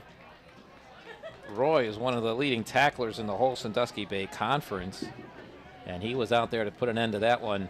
Well short of the first down. They put the ball down at the 31. So that actually is going to be another loss of down, back-to-back loss of down plays for the Vermilion defense, doing a great job of pushing the Chargers back and forcing them into punt formation. Snap is back, kick is up. Good, man, beautiful punt. Great hang time, not that deep, but then bobbled by Fry, but then he brings it in before any damage can be done. It's not a great distance on the punt, but the advantage is that great hang time for Edison lets their coverage team get down there and gave Fry not an inch to spare, but he was able to bring it in and get Vermilion the ball back at their own 40-yard line with 10:06 to go. A quick 3 and out is exactly what Vermilion needed to keep putting the pressure on and try to get back in this game, down by 20 here in the fourth quarter. Yeah, credit to Vermilion, Coach DeFucci, the culture he's building here. Guys fighting to the end, competing. We've said it all game, and you know the future's bright here with a lot of young guys. 29-yard punt, but no return, and this is Mathis rolling out right, looking deep down their left side. He's got Coons out there, but defenders around him, and did he haul it? No, was not able to get it, but a flag comes in now way back at the 38-yard line, so this one is going to be a hold, probably on the deep. No, he's okay. He's watching the line judge. He's calling a hold on the defense. Whatever it was, Coons did a great job of getting to the ball, and the ball came down between two different defenders, and he still almost brought it in. Again, I love the touch and the pass by Mathis. His accuracy here has been tremendous because we come in knowing that he completed less than 50% of his passes so far this season, but I've been very impressed by his accuracy in this game. So they're going to mark it off from the original line of scrimmage, the 40, and it's going to be a 10-yarder. So that will put it at midfield and result in a first down. I saw an indication of holding, so I thought it was going to be a 5-yarder, but we get 10. And for Edison, 7th penalty of the game for them, and for Vermilion, first down with 9:57 to go. Quick pass out on the left side and does not complete the catch before it's broken up by the defense. So now we're going to get second down. Vermilion has done a great job all game long of taking advantage when Edison has made an error, and they're trying to do more of that damage here and continue to get back in this game. Getting some other scores out here. I'm thinking this is Firelands 42, Oberlin nothing. Right? So we're running through it. Elyria Catholic has jumped up on top of Fairview now, 21-6. That's an important game for the Vermilion Sailors here tonight, as the Sailors are going to take a timeout. 9:53 to go in this game. It's Edison 34, Vermilion 14. But if Vermilion's going to have a chance to make some noise and get back in this game, it's probably going to be on this drive. So we'll keep it here as we get you a couple other scores up to date. Got mentioned Amherst had an early lead against Avon, but it's the Eagles have taken control and now up 42-21 in that Southwestern Conference game. And Berea Mid-Park had gotten an early lead out against Olmsted Falls, but the Bulldogs are trying to come back in that one. Still Berea up, but now only 28-21. Columbia all over Brookside, 28-0. Wellington and Keystone are knotted up at 14-14 in the Lorain County League. And another Lorain County League game that's on our sister station, WOBL. That's Clearview 26 and Black River 7. And had the Black River team last week, and we were wondering what they were going to do when it came kind of push to shove, as they're battling out for kind of that third place run with Firelands, and Firelands is looking like they're going to have an easy time winning tonight against Oberlin, so that'll keep the pressure on Black River. But Clearview having just a great season, and then Elyria starting to make some noise. They're coming back against Midview. Midview now just with a 1-touchdown lead, 28-21 over Elyria. Vermilion now back in action, and Mathis doing the read and keeping it, but I don't know which option was better on that one, because Edison's defense was all over that side of the line of scrimmage, and Mathis had 3 white jerseys jumping him as he tried to get back to the line of scrimmage. And actually probably, now they're going to mark it at the 50, so it'll be no gain, but it's going to bring up 3rd and 10. Yeah, you talked about that Black River Clearview game, and kind of a contrast of styles there, and certainly Clearview's athleticism and the playmakers they have on the outside winning out right now. All right, 3rd and 10. Vermilion, a probably 4-down Terry all over the place. Coons in motion, comes in front of Mathis as he takes a snap, tries to get it out to Coons on the right flat, and that play is blown up by the Edison defense for a loss of about 5 on that one. Another completed pass to Coons, but going for negative yardage because of great pursuit and a nice read by the Edison defense. And line shift coming for the Sailors indicates that you're probably going to have Mathis go ahead and punt this one away. Yeah, that kind of 4th and long, tough to go for it here. Best to punt it away and play defense. Got the 1 first down on the penalty, but now last 3 plays have gone nowhere. Mathis gets the snap, gets the kick away. Ball's coming down, bouncing at about the 26, and continues to bounce and roll. As the Vermilion coverage team gets down there and puts it down on the ground at about the 16-yard line. With 8:23 to go in this game, Edison's getting the ball back with a 20-point lead. It's Edison 34, Vermilion 14. Glad to have you along here on the Lorain County Sports Network. We mentioned all the scores that we can get to you for this time, and invite you to listen to either of our radio stations after the games. Dave Rivera and Maria Janasco will have not only all the scores, but detailed highlights, conversations with coaches and players. It's just an incredible undertaking they do every week on WOBL and WDLW. So I invite you to listen to them when we wrap things up here on your YouTube channel. Edison's trying to wrap this game up, but they're starting in a little deficit here on this series as they have a false start on the first snap of this series and going to push them back a little further with 8:22 now on the clock. And they'll put the ball down at should be the 11-yard line, 1st and 15. Yeah, Coach Hall won't be pleased with some of the sloppiness here in the second half. That's a good point, Mike, because there's so much more going on than just this game. They're trying to run the table in the Bay Division, and they've got a huge game against Huron next week. If they're going to make any noise in the playoffs, they've got to be able to do a little bit more crisper play and execute a little bit more.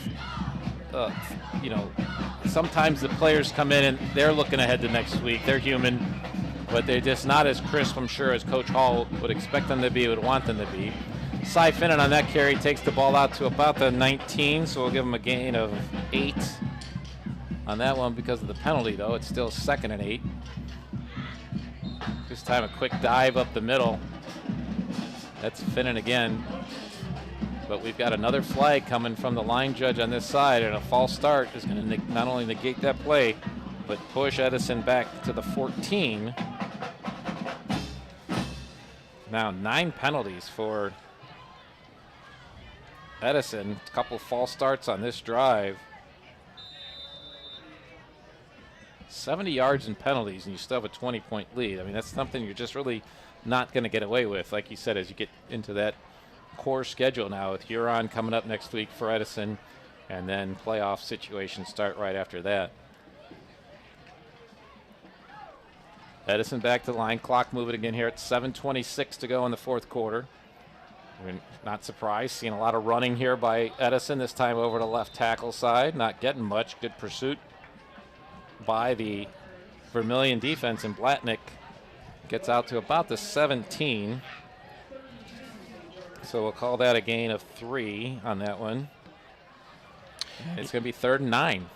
You know, we talked about the expanded playoffs and how Vermilion is in a position maybe to be in, and there's been a lot of, we'll get to this point after this play, but here's a pitch on the right side, coming around, trying to get the corner and not getting there. Gets across the 20, but going to be well short of the first down. That's Cy Finnan again. Call it a gain of 4. Here's a series that started at 16 for Edison, and they've had positive plays, but because of a couple false start penalties, they're going to end up in a punting situation. And Vermilion, still plenty of time left, more than half of this 4th quarter still to go, as Keegan Fry drops back and just barely in his own territory to return this punt. Snap comes back, kick gets blocked!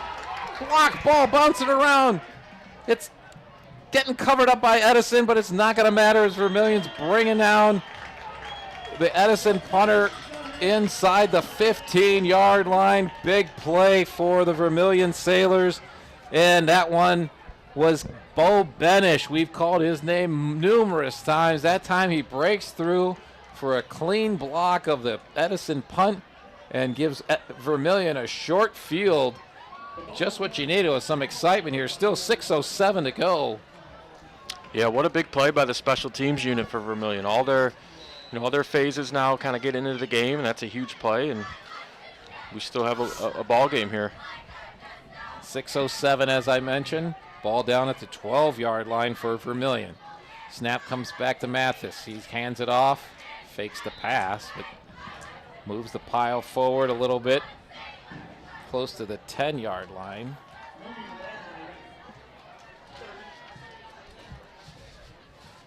Vermilion trying to take some excitement here and pull some magic out of their hat if they can. This game is definitely not over. The way Vermilion has been able to take advantage of virtually every single time Edison has made a misstep, Vermilion's been there to take advantage. Now twin receivers split right. Mathis rolls right, gets hit, and the ball comes loose as they're going to call it an incomplete pass. It was Cy Finnan coming in and hitting Mathis just as he was about to find his receiver. I know he had a receiver earmarked in the end zone. Ball came loose and bounced out of bounds right about the down marker of the line of scrimmage. But the official immediately indicated incomplete. So it's going to bring up 3rd down here At about the 10, Vermilion can get a first down inside the 5-yard line. Obviously, we're in the I-90 Nissan red zone, so they got their eyes on the end zone, trying to get back in this game. 34-14. Mooney in the backfield. Mathis drops the snap, but picks it up, still on his feet, cutting back in the inside. He's now running to the right side of the field and he needs to get to the first down, but pushed out of bounds, and after all that running, he's only going to get a gain of about 4. They're going to mark him down right about the 10-yard line, it looks like. Yeah, once again, Mathis. My yard lines from here on. Mathis trying to make something out of nothing there, reversing field. So it is a 10. So after he bobbled the snap and got back on his feet, it looked like he had some room to run, and it's going to end up being about a 1-yard gain after all of that. So brings up 4th down. And Vermilion's going to take their timeout here with 5:15 to go in this game. We'll take a quick timeout and bring it right back as it's Edison 34, Vermilion 14 on the Lorain County Sports Network.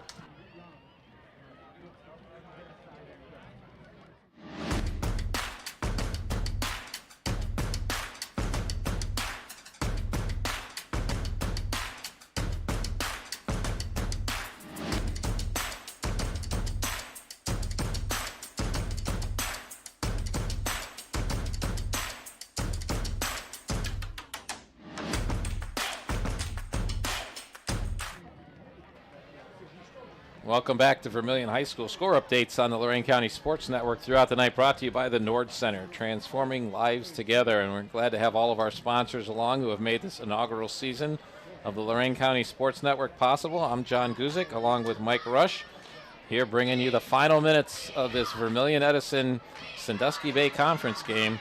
It's Edison 34, Vermilion 14, and Vermilion facing a 4th and long here.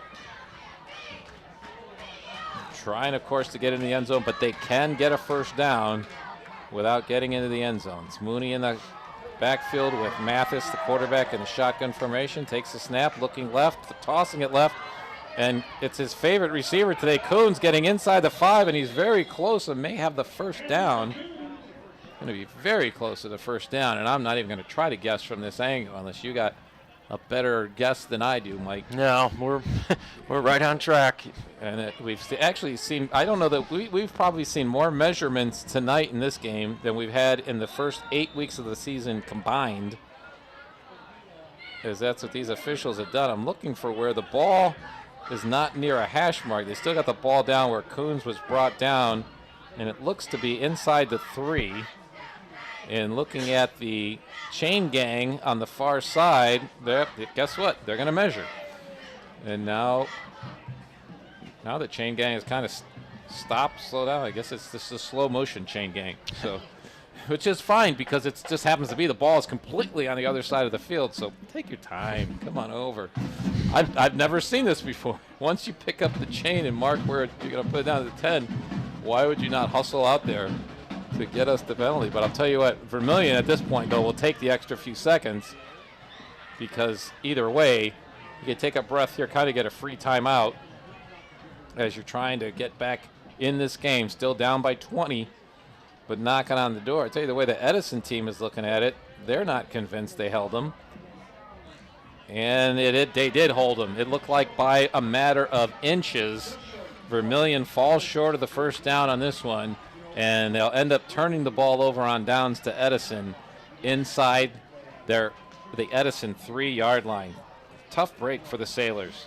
Yeah, it's game of inches there. A nice punt block, not able to punch it in, but continuing to fight here. And again, got Edison backed up, so maybe you can get another positive play, a turnover, and take advantage of this field position. Right, and if you're just joining us or coming back with us, Vermilion got into that field position from a punt block after a great defensive stand. And again, they've taken advantage of time and time again when Edison has made a mistake. Of course, Edison has done a lot of really good stuff tonight too. And this time it's just a quick dive over the right side to get it across the 5-yard line. That's Cy Finnan again. And we didn't call Cy's name a lot in the first quarter, especially knowing how many carries he had coming into this game. but when it's been push comes to shove, Finnan's the guy they want carrying the ball, and he's done a great job for them this time getting it out, at least getting it out from the shadows of his goalpost and getting it out to the 6-yard line. So it'll bring up 2nd and 7, clock moving, 4:33 to go in this game. Edison's going to milk the clock as much as they can at this point. Medina under center, takes a snap, pitch out to the right side. And good defensive pressure. I believe that was Coons getting to the ball carrier immediately, but Clear did a good job of keeping his feet moving and got some kind of sideways yardage out to the 10, bring up a 3rd and short. 3rd, what do you want to call it, a long 2 or short 3? Take your pick. We're under 4 minutes now in this game and under 10 seconds on the play clock as Edison breaks the huddle and comes to the line. And we got another whistle and another motion penalty from the near sideline judge. And that's the 3rd one in the last couple of minutes here for Edison, and puts them back. Now here's the math question for you. Is the penalty going to be 5 yards or half the distance to the goal? Let's see what they do. It's going to be both. There you go.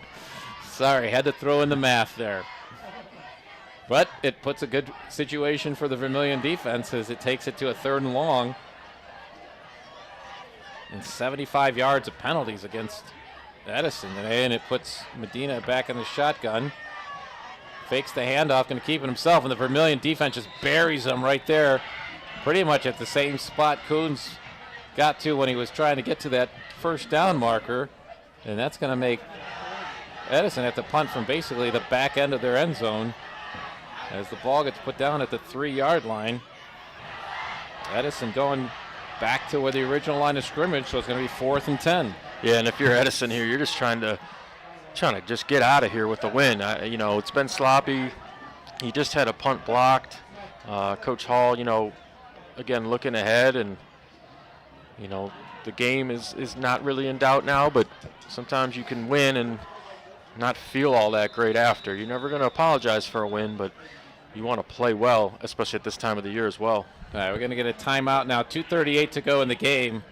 And keeping an eye on a lot of scores for us tonight. Appreciate Rebecca Ann being a part of the team tonight.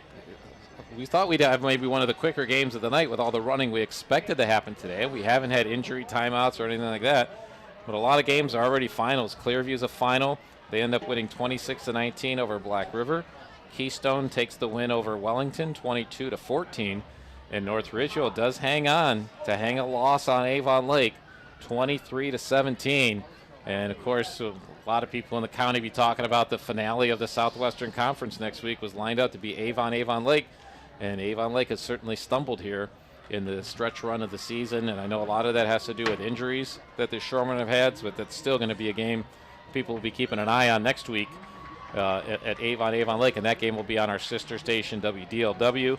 Also can let you know that Columbia has now gone to a final. They're trying to run the table in the Lorain County League. They beat Brookside 35-7 tonight. All right, now Edison in punt formation. And at the back end of the end zone. Takes snap is good. Gets it away this time. Great hang time. Was way up there, but not much distance. Gets a Edison bounce out almost to the 40-yard line. So good bounce, good hang time. And looks like we got another flag. Took a lot of time off the clock. The flag's kind of in between, so I'm not even going to try to guess which one this one's going to be on. They're pointing towards the Vermilion side, but the flag thrown at the 19 for a ball that was snapped at the 3, punted from the end zone, and hit at about the 25. So the ball went straight up in the air. We got the illegal use of hands on Vermilion, so instead of starting at the 39-yard line, they're going to move this one back more towards midfield. 2:26 to go. Like you said, at this point, Mike, you're right. I mean, if Vermilion could have put the ball in the end zone on the last drive, create a little luck with some type of onside kick or trick play, they might have had a chance to get some meat in this game and make it interesting at the end. But with only 2.5 minutes left and still down 20, They're going to put the ball down at the 49 for Yeah, this series. and I know there's no moral victories for Vermilion, and Coach DeFucci would be the last one to even hear of any of that. But, you know, he's got to be proud of how these Vermilion kids have competed. I mean, they've gone toe-to-toe with a Division V power, a divisional opponent, a team they want to be like someday, and they've stood up to them. So Mathis in the shotgun takes the snap. Got time. This time the time runs out, and he goes down back at the 41, and that's going to be a loss of 10 on that one. You know, you're right, Mike. No moral victories, but what it is, it's a building block. And when you have this many juniors and you have sophomores on this team that are contributing, you've got a lot to go. The biggest thing working against Vermilion at this point is they definitely have a winnable game next week against Bellevue, but especially if Elyria Catholic wins tonight and whatever their teams do around them, it's hard to get any extra secondary points from beating a team like Bellevue, unfortunately. Mathis, again, running for his life.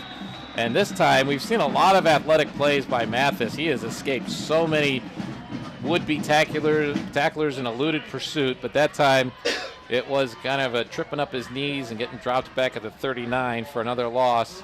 And he's actually coming off the field right now. Holding his arm. And, yeah, his arm not feeling good.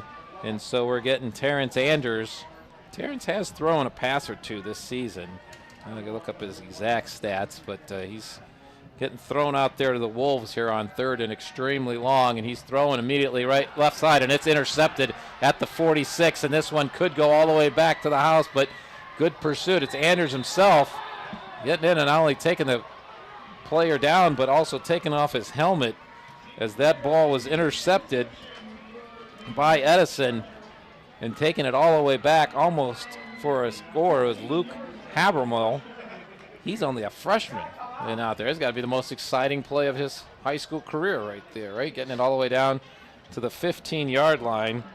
And unfortunately, getting thrown to the Wolves on that one when you're the backup quarterback. And all of a sudden, it's Edison ball now down at the 15 with 1:07 to go in this game. 34-14, Edison in command over Vermilion. Yeah, tough situation for Anders. Sitting over there the whole game or standing over there the whole game, and you're in, and you got to throw the ball, and you know Edison made him pay there. Edison coming to line, looking at not exactly. Well, it kind of is victory formation now, and Medina will just take a knee and let the clock run now, getting down under a minute to go.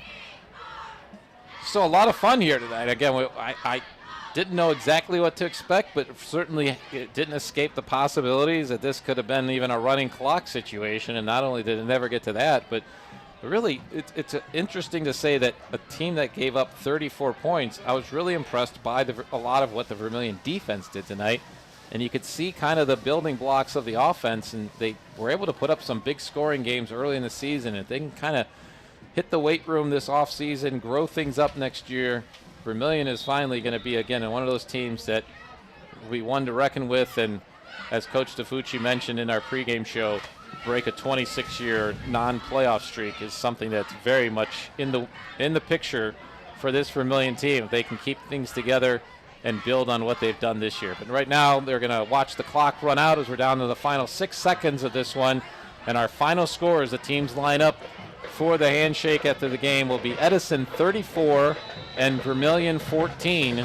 And we'll be back to wrap this one up, set you up for week 10, and run down the stats that made up this South Sandusky Bay Conference game tonight. Again, final score, Edison 34, Vermilion 14, and we'll be right back on the Lorain County Sports Network.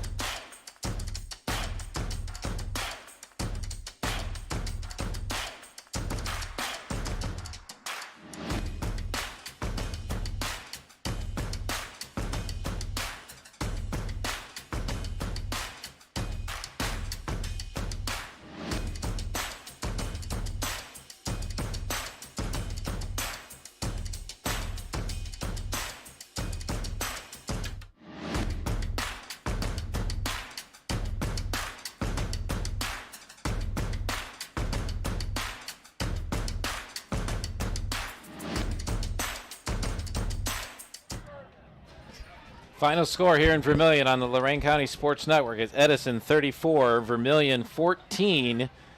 I tell you what, for the final score, we had a lot more fun, a lot more excitement in this game. Even though Edison ends up winning by 20, Vermilion always kept that little doubt in there. You could see the seeds of what they've been building on that could really make a big difference on how the Vermilion Sailor football team progresses into year 3 with Bill DeFucci next year. And some other scores we'll catch you up on around the area, and we'll make sure you know that there's a big scoreboard show that Dave Rivera and Maria Janasco will be bringing you on our sister stations, WOBL and WDLW. I mentioned that Columbia running the table on the Lorain County League is what they're trying to do, is they put another notch and have a 9-0 season now with a 35-7 win over Brookside. And in the Firelands is the final there where they beat up on Oberlin 42-0. A couple of games still going on in the third quarter, or after 3 quarters. Avon now up 56-21 over Amherst. We're going to have Amherst against North Ridgeville next week, which beat Avon Lake tonight. And one other score from Lorain County, Midview holding on. They had an early bigger lead against Elyria, but still a 1-touchdown game with more than half a quarter to go. It's Midview 35, Elyria 28. And you can hear the wrap of that game on our sister station WDLW, and Don Vincent, Rick Soto with the call of that game right now on WDLW. Here we're going to recap this tonight's score, make some awards that we hand out after every game, and then invite you to listen to either WOBL or WDLW for the scoreboard show with Dave Rivera. And again, the final score 34-14. Fun game without a doubt. When it started out, wasn't sure what to expect, because not only did Edison take the opening kickoff back for a touchdown, after that was called back because of a penalty, they did the second play of the game and went 92 yards on a quarterback keeper as Medina took it all the way to the house, gave Edison a 7-0 lead that they would not relinquish.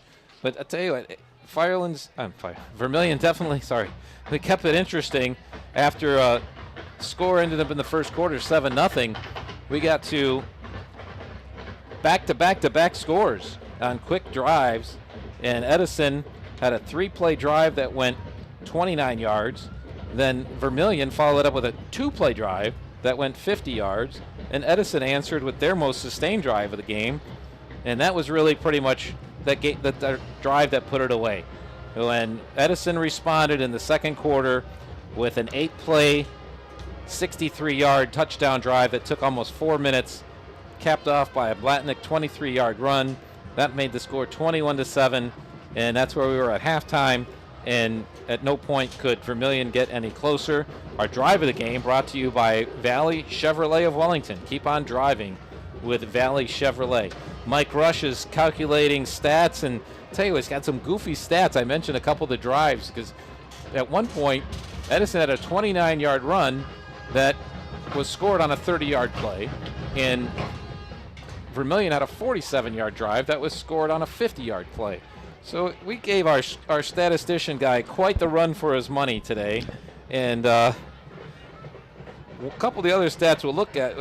Edison had to overcome a lot of penalties tonight, over 70 yards in penalties that they had.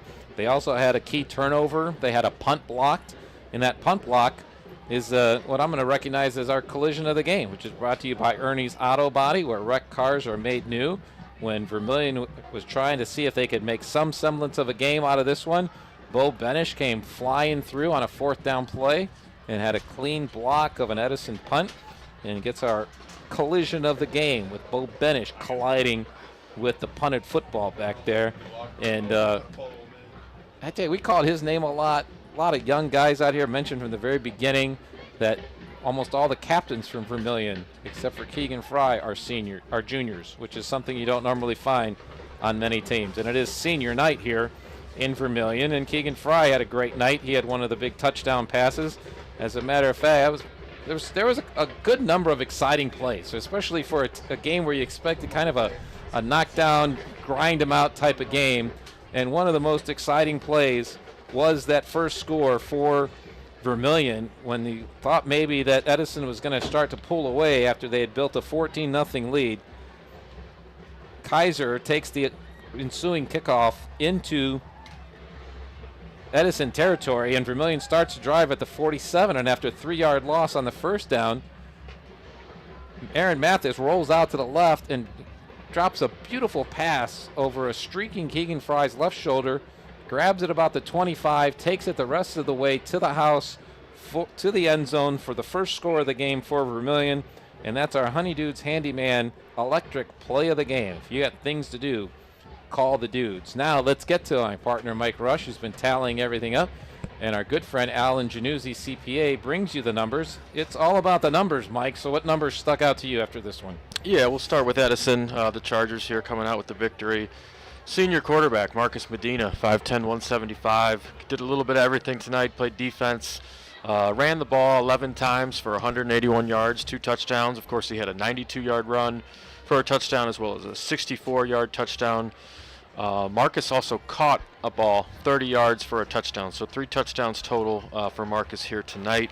Cy Finnan, as we said, was kind of the workhorse back, 16 carries for 138 and a touchdown. Whitmer, 2 carries for 13. Blatnick, 10 carries for 88 yards and a touchdown.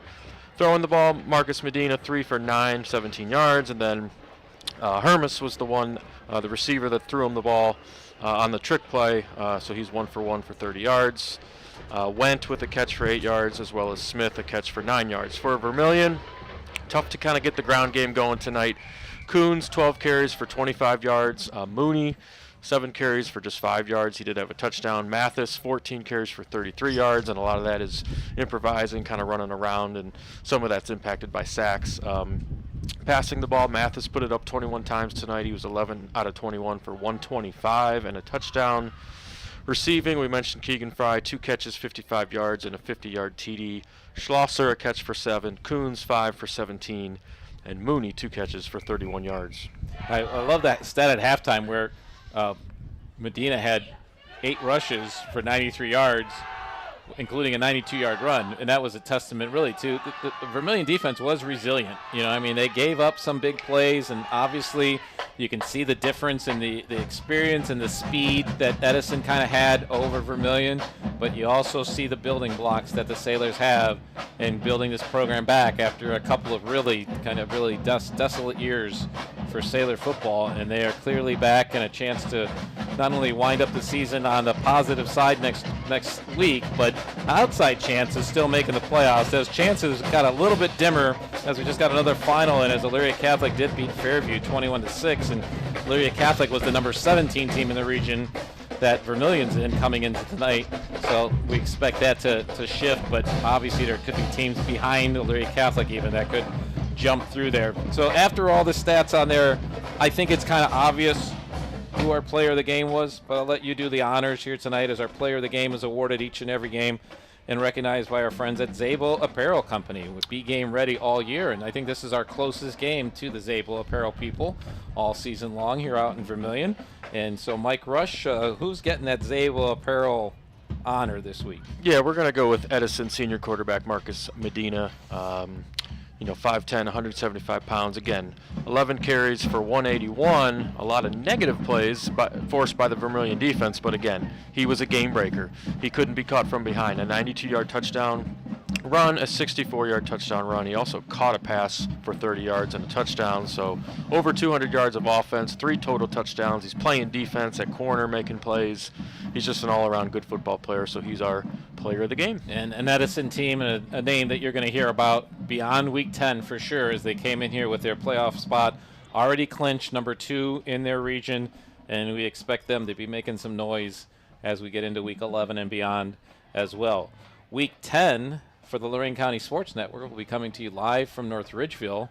Ridgeville a winner tonight over Avon Lake. They'll be taking on Amherst, which is undoubtedly going to be Ridgeville's senior night, as they'll be home to the Comets. Comets taking on a chin tonight from Avon, but my gosh, who hasn't this year? And that's certainly a Lorain County sports story that will be all over the rest of the season. And if there was ever a year, I know that Mike Elder always has that saying that, hey, we recruit from 5 neighborhoods. Hoban recruits from 5 counties. But if there's ever a year, this team just seems like it has something a little extra special, a little extra juice, this Avon Eagles team. And next week you can listen to that Avon Lake game on our sister station, WDLW. Again, we'll be at North Ridgeville for a Southwestern Conference game between Amherst and the Ridgeville Rangers.